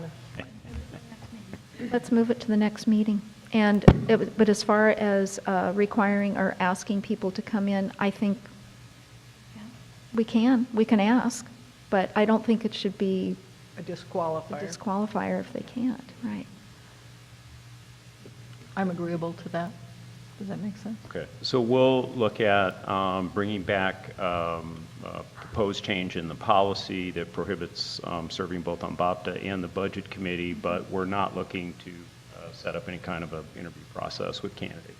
I mean, we certainly tell them they're welcome to come. You know, if they'd like to come, they can take advantage, as our candidates did tonight, and use the public comment and introduce themselves. And so, okay. Okay, thank you. I would just like to clarify something. There was an employee who worked in the county manager's office, and her husband was the chair, and we also checked with the Oregon Ethics Commission, and it isn't a violation because she was not involved in the budget process. She did not have a decision-making process. And so that was not an ethical violation, and I just wanted to clarify that because that concern was expressed, and it is not correct, so. Thank you. I'll try and be more accurate. Thank you. And I'd like to thank the 2 candidates that did come tonight. Appreciate your involvement. Thank you. If there's agreement, we've been sitting for 2 hours and 5 minutes. Could we take a 3-minute break to just move a little bit? I took my Then break, come but back? yeah. Sure. Okay, thanks. Except I need to- If I can stand up.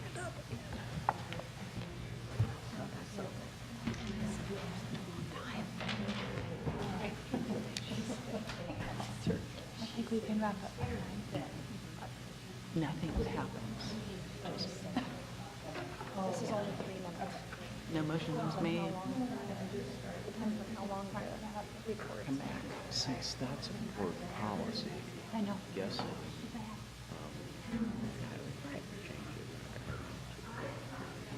No. So my point, they could change it. And vote at the same time. Thanks for coming. Okay. Yeah, so if we can do Thank you. Thank you. I withdraw all my objections. To your 100,000, I'm going to go home and eat it. Okay.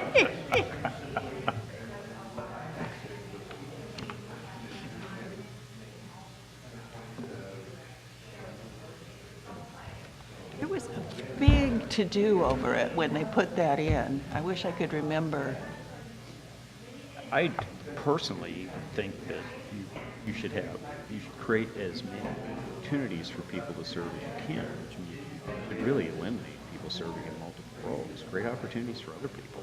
I think that was part of it, but there was something else that,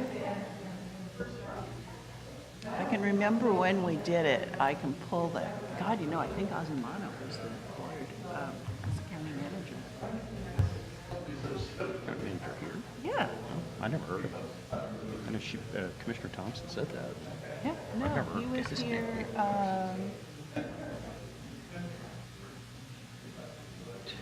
2000,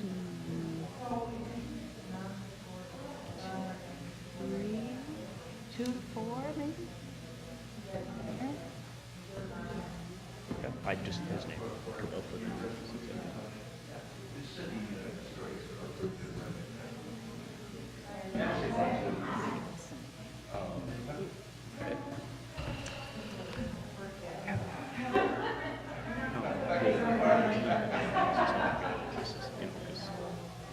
In some respect.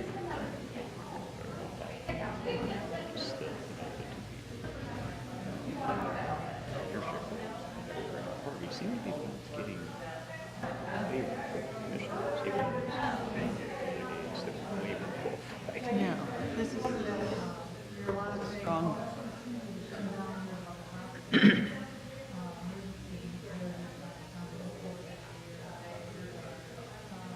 So yeah, we can do, if I could. County manager then. Probably ask him. Yeah.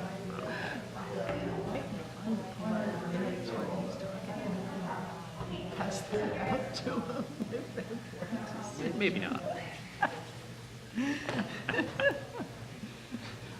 Just pull that.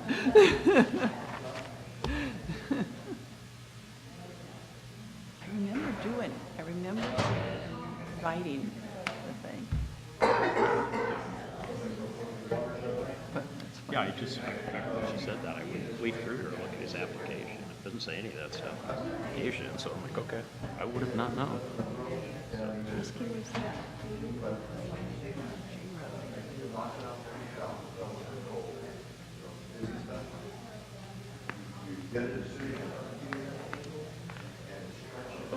Okay.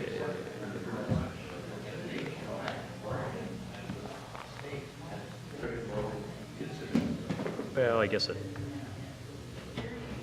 says you managed local government budgets. So it doesn't specifically say county manager, so.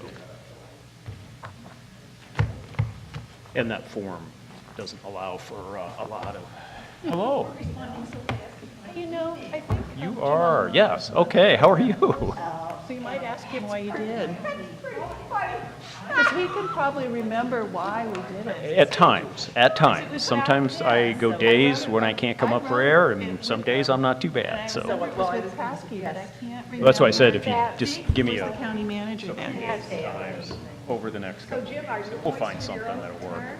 He might- But we're just actually He might remember starting why. Friday. It was We a get big into, issue at the time. I Marches, remember it was a right, big issue, just but I have can't. budget meetings No, my every memory's day. selective. I can't remember It starts why. Friday, it's my first one, so it gets a little crazy, but we'll find time. Yeah, we'll find time.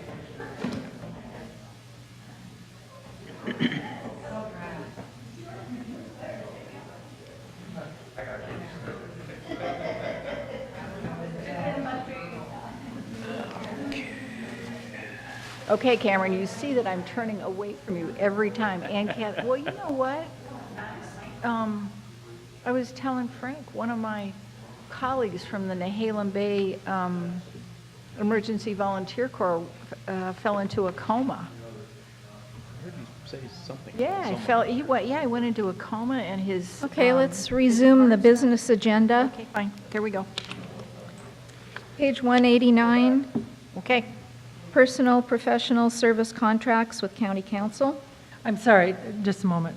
Yes? So Did I miss something? no, I don't, Agenda 7A, do we need to formally table that? Well, you effectively have tabled it. But I mean, don't we, I'll make a motion to table. I'll second. Okay, those in favor? Against? Okay. Okay, thank you. Okay. Now we go to personal and professional service contracts with county council, page 189. Yeah, as you know, obviously, we use various law firms depending on what the issue is. We are at the end of the initial contract period with our general county counsel and also the other firms that we use. Those contracts have extensions in them, so we can opt at this point. I'm sorry, Mr. McCartan left, but That's the reason we're not bidding this out, is what we're recommending is that we just exercise the additional 3 years option. So these are not new contracts, we're just extending them based on an option, and at the end of that period, if you do choose to extend these, we would go bid these out. That is also an option now, but my recommendation is that we just take advantage of the extensions that are already in place in those contracts and extend them out for 3 years. Thank you for the clarification. Do we have any questions? Yeah. Yes? So when you say extend them out, but the staff is suggesting we only extend 2 of the contracts out? Yeah, the other 2 firms, at least in the 2 years I've been here, we haven't used for anything. So I'm not actually really familiar with them. I haven't had any contact with those 2 firms. So Who are we using for our labor attorney? Barry Elsner and Hammond, which is the second firm on your list. And I know we've used Chris Crean as for land use issues, but does he also advise us on labor? There's different attorneys in that firm, I believe one of which you may be acquainted with, Heather Martin, who was with Barry Elsner. So she's done some work for us on HR issues. How come her name isn't mentioned, but Chris Crean is? Are we extending the contract for the entire agency, or just him in particular? No, it's for the firm, and we use within the firm, they have lawyers that specialize in different areas. Primarily, we have used Chris, but we have also used their HR attorneys for some work to do as well. Okay, so when the contract goes from $30,000 to $50,000, when it goes up $20,000 the next term, that $50,000 is going towards the whole firm, or is that just to retain Chris? No, that is what we could be billed by the firm.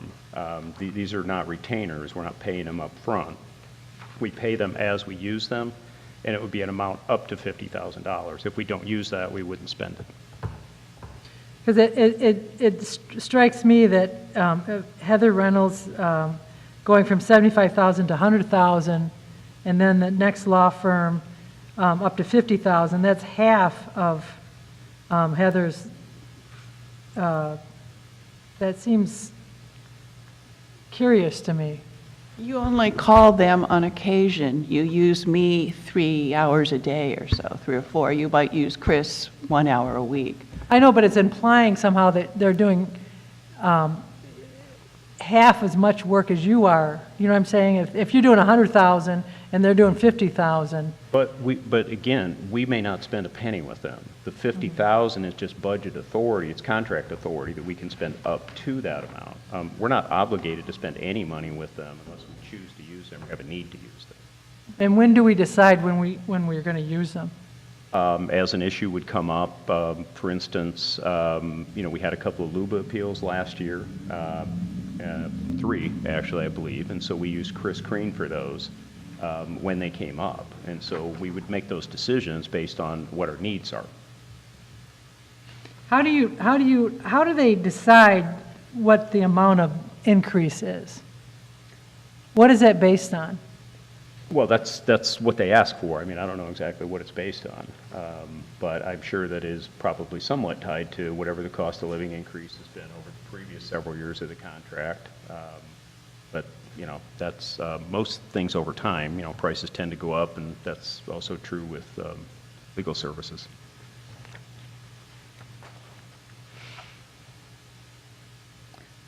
So what would it be if we were to ask for an RFP and to ask for some different bids from different attorneys? Well, we'd send an RFP out. We'd ask for bids for different attorneys. But we have had good success with the attorneys we've So, been using. I mean, you have that option at this point. The extensions in these contracts are at your option. And so you can choose to extend the contracts, which is what is being recommended. You could say, no, we want to go out for RFP. We want to look for, different legal counsel, see who's out there, see who might be interested. I don't know what the outcome of that would be. I don't know whether we would have 10 firms or 1 firm that might respond to that. But of these firms, the Bullard one is the only one that seems, at least it's listed as specializing in labor negotiations, labor relations. Yeah, and again, I've had no contact with that firm, so I can't speak, I guess, to exactly what they do or how well they do it. Well, I personally think that we would benefit from having an attorney that specializes in labor relations and to use them during negotiations. But I may be the only one that feels that way. We do have an attorney that specializes in labor relations in Barry, Elsner, and Hammond. That's the second firm that we're recommending that we extend the contract with. We have decided not to use them for labor negotiations. We are using some outside help, but not an outside attorney. And what's the woman's name? That I think you mentioned her before. Heather Martin? It's for HR. Yep.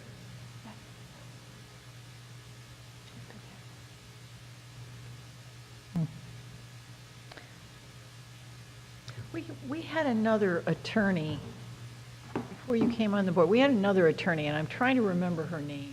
Just a charming person. You remember her? Everything's... Jackie Dam. She's no longer with them. And I'm just considering what you said, Commissioner Sullivan. She was very effective. She was very easygoing, copacetic. She put oil on some troubled waters. I kind of like the idea of... I just don't like your metaphor. Oil on troubled waters. Oh, ouch, sorry. Sorry. Yeah, it hits kind of close to home, doesn't it? Sorry, bad idea. Bad. I will say that we did speak with, we looked at options in terms of our upcoming labor negotiations. First of all, I guess just let me say, my preference, and I have negotiated, I can't tell you how many labor contracts I've negotiated over the decades. My preference is to not use outside counsel. There are reasons sometimes why you do it, but I would say that probably 85% of the contracts I've been involved in, we haven't used outside counsel. But we did look at options for our upcoming labor negotiations with AFSCME, which will be getting started here pretty soon. March 14th, I think, is our first session. And we did speak with Jackie Dom, or checked with her about her availability and rates. And I guess I will say she's very, very expensive. I just didn't think that in this case, given that we don't think we're going to have particularly contentious negotiations, there aren't necessarily waters that need to be calmed at this point, that it doesn't make sense to spend that kind of money. I don't know what it would ultimately cost. I will tell you the last contract in the county where I came from that we used an outside labor attorney, that was about $60,000. But the unions have lawyers. The unions have attorneys representing them, right? No, they don't. No? They have attorneys available to them, but they have professional union staff people that come in and assist the locals with negotiating their contracts. Again, I've done a lot of labor contracts over the years. I've never negotiated with an attorney for a labor union. Wow. She did right by us, and as you point out, having the authority to engage with somebody doesn't mean you have to use them. It's kind of like best practice to have options available. What is it you'd like to see us do? I think you're headed someplace. I just wonder where it is. Well, I just, my understanding that, and maybe I'm wrong, it was my understanding that unions are represented, they have legal representation and negotiations, and I think the county should also, but maybe that's not true. Again, I've never seen that. And I think our last negotiations went very well. Yeah, I guess I would point out in the last 2 years, we've settled 4 union contracts with no attorneys. Mm-hmm. Okay. Well, I'll defer to your experience, because I have never negotiated a union contract, so. I was going to say, Debbie's. Labor Yeah. contracts. No, we know who the person is. We've met the person who will be negotiating on behalf of the union. And they are a professional union. This is what they do, and this is what they do all day long, is deal with labor issues, but not strictly contract negotiations. You know, they'll be involved in grievances, strikes, or a variety of different things. So if we have trouble with labor relations, we have somebody to go to. Absolutely. So can we have a motion, if you're ready?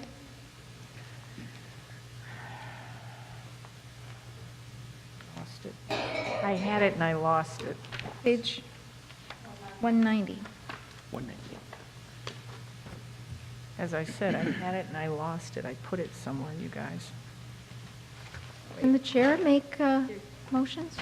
89. Here we go. Here we go. I move to approve additional 3-year contracts with Heather Reynolds and Beery Elsner Hammond LLP and authorize the county manager to sign.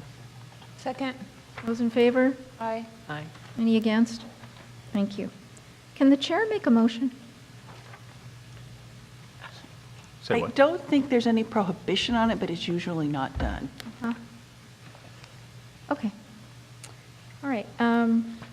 Now we move on to the resolution in order to work cooperatively on environmental remediation. And I recused myself ahead of time. No Okay. kidding.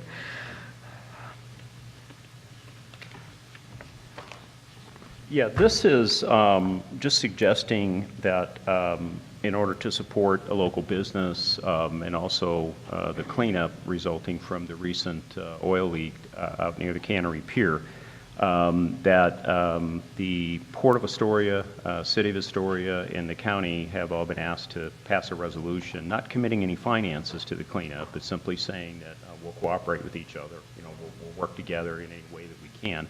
I don't know exactly what those ways would be at this point, but it was, I think, considered to be a positive statement from the community, and it potentially could assist with bringing in some cleanup funds to help with the cleanup cost on this, to know that, you know, we're all working together on this, and there's no jurisdictional bickering going on. Yeah, I think this looks very positive. Madam Chair, I move to approve the resolution to work cooperatively to facilitate the environmental remediation in the West End Marina resulting from the recent oil leak.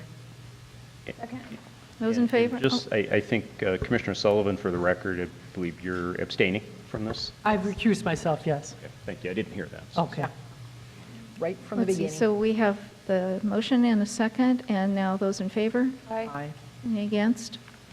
Okay, motion carries. Abstention. Now we go. I do, point of order, it has Scott Lee's name on it. I think that needs to be changed, doesn't it, if it's been passed tonight? Okay. Now we go on to the The order on the back of that. issue of the minutes. Yes. Commissioner Sullivan? Get myself ready here. There's a couple things, we can take them, I'd like to take them one at a time. The first is just a Scribner, I look at it as a Scribner's error. Under, when I was talking about the horse camp reservation system. Let's see, I have my other copy at home. Which page is this on? It should be under Commissioner Reports. Okay.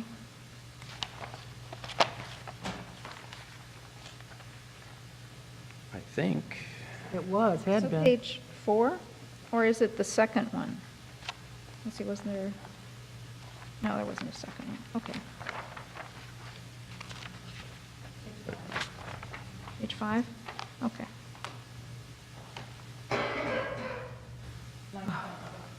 I left my highlighted copy at home. She starts on 22, right? But you're saying it's 26 where she's, oh, yeah, the equestrian trails.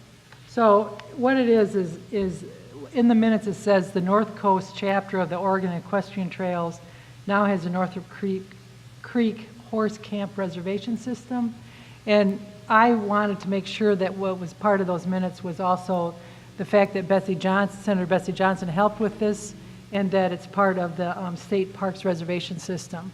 So what I wanted added on, which is I took verbatim from the video that starts on the second hour and 3 minutes and 30 seconds. It says the North Coast chapter of the Oregon Northrop Equestrian Trails, along with and very much helped by Senator Betsy Johnson, we now have the Northrop Creek Horse Camp Reservation System. This is a 2-year pilot program to the state's parks reservation system. And Teresa, I can give you what I copied down if you want. So do you want to So put I that? would like to make a motion to have that added to the minutes. I'll second. Those in favor? Aye. Thank you. And then the second thing that I wanted to add was, in the course of our discussion, we talked, when we were talking about the tourism, percentage of the tourism tax, and the discussion was over if the wording was going to be to handle Arch Cape, legal costs from Arch Cape. And my concern was that there were 2 letters that were referred to in our discussion, and these are letters that are already part of the public record. They were emailed to all of the commissioners, and I would just like them to be added to the minutes under Exhibit A and B, or however that we do that, just so that if someone is interested in this topic, when they go to the website, the minutes are there, and because Director Monica Steele talks about them, Chair Lee talks about it, I talk about it, but I didn't read them verbatim in the minutes, which I can do in the future, but I would just think it would be, I would like to make a motion that these be added as exhibits in the minutes, just to have them as part of that record. Okay. Are we going to have that for every letter that comes in the I future? think it's up to, I think it's up to, I would agree to that. Yeah, it's just data, it's just that it saves staff time, it saves public record searches, and it's part of the discussion. It's part of what we talked about, and it's part of, citizens being involved. It's not, we're not saying one way or the other, we're just saying this is what we got, this is germane to the topic, and we discussed it, and you look at our minutes, you can also find these letters. I think it's a win-win myself. Well, I'm for anything that makes it easier for staff. How does this make it easier for staff? Because if someone wants to find the letter, they have to make a public records request, the staff has to go find them, Does make this copies happen of it, and then send it out. Is there some problem with, I don't know, more paper, more, I don't know. These are scanned and put on, it's on the internet. So, We have, I'd like to hear from the county manager. Do you have? I would like the commissioners to make the decision. I'd just like advice from the county manager about this. Well, point of order, If we were to do this in the future he for. is not standing on this board.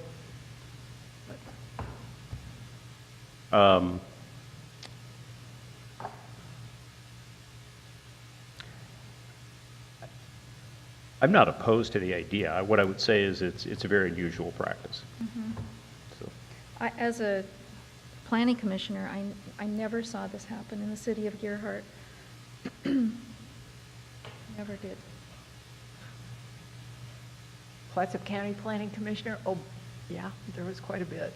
I mean, folks are so passionate, and I think I'm eager to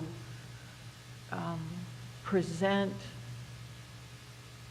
this body, this governing body, as responsive and listening. Doesn't mean we obey, because some people think when they say, I want to be heard, they mean, I want you to do exactly what I tell you to do right now. So being heard and having our capacity to hear people, I think, is important. But we are hearing them. Yeah, well, it's just making it part of the record.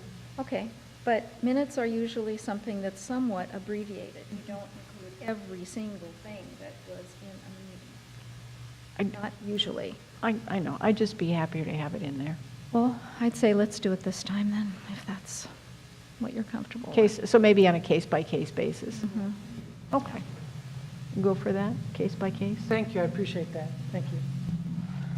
So, The letters, the ORCA, Oregon Coast Alliance Protecting the Oregon Coast, the January 24th, 2018 letter, and the December 13th, 2017 from the same organization. These two letters would be Exhibit A and B. And I have a comment. And I have copies of is this a motion? This is a motion, yes. I'll second, sorry. Those in favor? Aye. Okay. Any against? I guess, no. Okay. I had a conversation with the sheriff, and he said, I read in the meeting minutes that you criticized, you said you weren't getting adequate law enforcement down in the Arch Cape, and he told me about some of the blood and guts of what he's been doing. And I was in no way disparaging the quality of law enforcement we get in rural Clatsop County. My only point was to distinguish between the capacity of urban law enforcement agencies to respond quickly and, pretty reliably, and the fact that the sheriff doesn't have enough capacity with his deputies to cover that quickly, that reliably as he would in an urban area, because it's a big county. So I just want to be clear, I'm in no way disparaging the work or the quality of law enforcement done by the sheriff. I appreciate what he does. I appreciate the challenges in covering this much territory. And he said his deputies dealt with somebody who committed suicide with a chainsaw. I mean, I can't begin to appreciate the difficulty of that. So I just want to say I'm grateful for law enforcement, urban and rural. Okay. I know. I just had to say. All right. So can we move on now to commissioners' reports? Commissioner Thompson? So I wrote an article about accountability and what it looks like, and I brought some newspapers where it appeared, and if you're interested, I have those for you. I could read it into the record, but I won't. I'll just hand out copies if you're interested. It appeared in the Seaside Signal, the Cannon Beach Gazette, and the Tunnel Echoes, which is the newsletter of the Arch Cape Falcon Cove Beach Community Club. And what I'm looking to do is to build trust, because I think we as commissioners, I think we could trust each other more, and I'd be interested in exploring how we could do that. I think we'd be a more effective governing body. So whatever I do, I just figure we're all here to do the best we can, and we're all going to make mistakes, and we're all going to try and forgive each other and forgive ourselves and move on and work better together. So that's what I'm after. That's number one. Number two, I'm now co-chair of AOC's Housing Subcommittee. So Commissioner Schrader, I think I told you, I can't remember if I told you that or not. Anyhow, we're meeting Friday. The job in career fair was postponed for a week. Was it today? Oh my God, you guys. It was today, and I was supposed to be, this is the 28th, right? No, okay, so this is how you tell I'm sick. I said I'd be there and I wasn't. Oh, man. Okay. Mea culpa. All right, so there's another example. All right. I bet it was a dandy job in career fair, even if I wasn't there. Oh, they changed it because of the snow. It changed because of the snow, but I really planned on being there and didn't. I'm not at 100% yet, but I'm committed to getting better, and I am grateful for the quality of medical care I receive. Thank you. Commissioner Sullivan? Thank you. I, too, would echo your sentiments. We are heading into an election, and we have a year together, and I think that we have a lot of possibilities of doing some really great things together as a commission, and I hope that we're able to do that. I look forward to being productive this year. So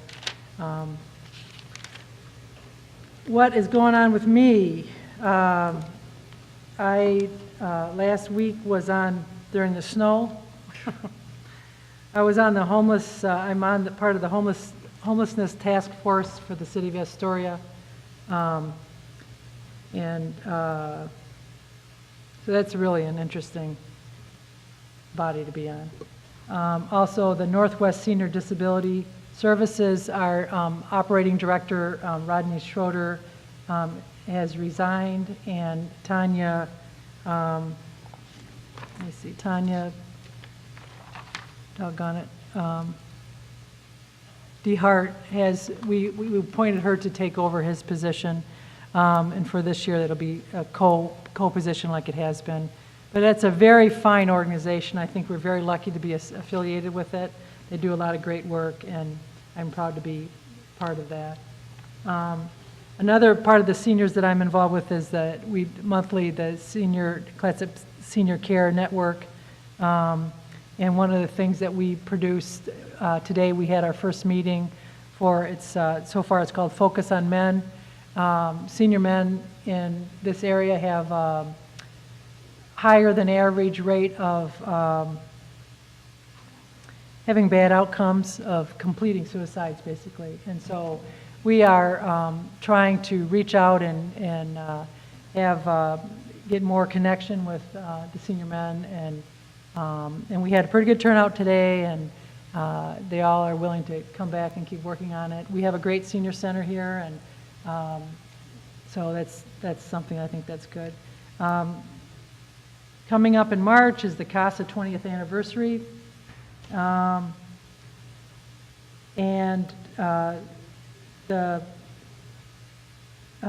Commissioner Nebeker, I was going to ask you again, I want to be part of that workshop. I asked last time that the deputy was talking about, so March 16th, I believe. March 16th? Let me check. Anyways, I don't know what we have to do for me to sign up for that, but I'd like to do that. I thought it was the 16th. Yes. Do I have to register someplace? Sequential intercept mapping. Yeah. Action for change. I don't know. Do we have to sign up for it? Maybe I'm already signed up. Yeah, there was a registration. Oh. We can send that out again. Yeah. And I don't know if it's limited or not, but I do understand a number of people. I just assume I was in it, but I don't really know. We can check tomorrow, check to see who's registered. Because I'd like to attend that. Yeah, Okay. it's a Friday. It starts at 8 a.m. It's all day. That's fine. I'm taking the day off, so. Okay. Next week, I will be going to the Board of Forestry, March 7th, down in Salem. It's unclear right now if we're going to have the FTLIC meeting. I think it is, judging from the emails that have gone back and forth. As you know, the February FTLIC meeting was canceled, but hopefully the one in April will go. I've also been invited to go down to the Tillamook Forestry Center to talk on March 17th in front of the Lewis and Clark. There's some college class that's going down there. And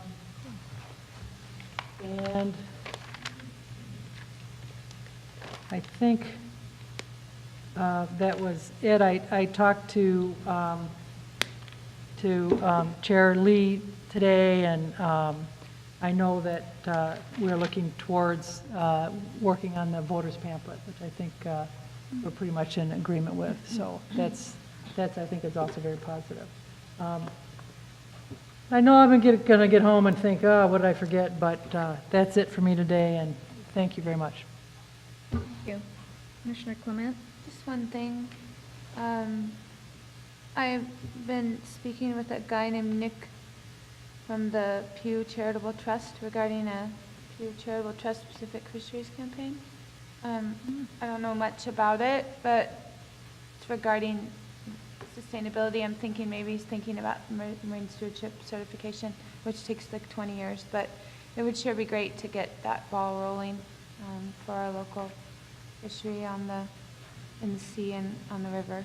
So that's it for me tonight. I just wanted to give you a heads up that as soon as I know more and dive a little deeper and with him, I'll let you know. Thank you. I attended the Human Services Council meeting There was no quorum, so no decisions were made, but just went over more in depth what you were actually presented with tonight as far as the funding outside agencies. And one thing that I questioned, so the CCO, I went to a presentation by the CCO, it was last spring, maybe it was fall, I can't quite remember when. But I think I also talked about this in a previous commissioner's report, where of the rural counties in Oregon, we are showing a better percentage of increased positive outcomes. And while I don't have any data to share to say this is exactly why, I do believe that because we are helping these agencies, it is making a difference. So I can't prove it, but I believe this is a difference. And also our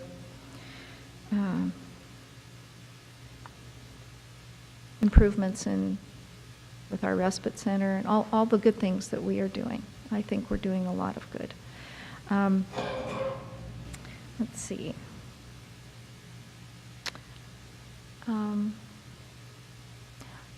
There's a good representation tomorrow night. Blind Pilot is going to be playing with the Oregon Symphony. The Oregon Symphony is going to be playing all of their music. Not all of their music. The symphony will be only performing their music. And I think this is a wonderful reflection on our county, how we support the arts. And because I think the connection of why they asked, I mean, they're a popular group, but one of the members has played with the Astoria Music Festival several times. He's volunteered to do that. So I think there's a good connection there. I have been asked to be a juror for an art exhibit at the community college. I was kind of taken aback, but I agreed to do so because I think it's good for we as commissioners, and I know we are in different ways. You're connected with the college, and probably others are too, so. I teach for them. Yeah, there you go. I think it's really good that we are connected with the college because education is so important for our people here. And in May, there will be a dedication of the art gallery at the college. It has been named, but now it's going to be formally dedicated as the Royal Nebuchadnezzar Art Gallery. So I'm real happy about that, and that's everything I have. And County Manager Moore? Well, apparently I've said enough, so I don't have a report tonight. Okay. Thank you. Then we're adjourned. Thank you.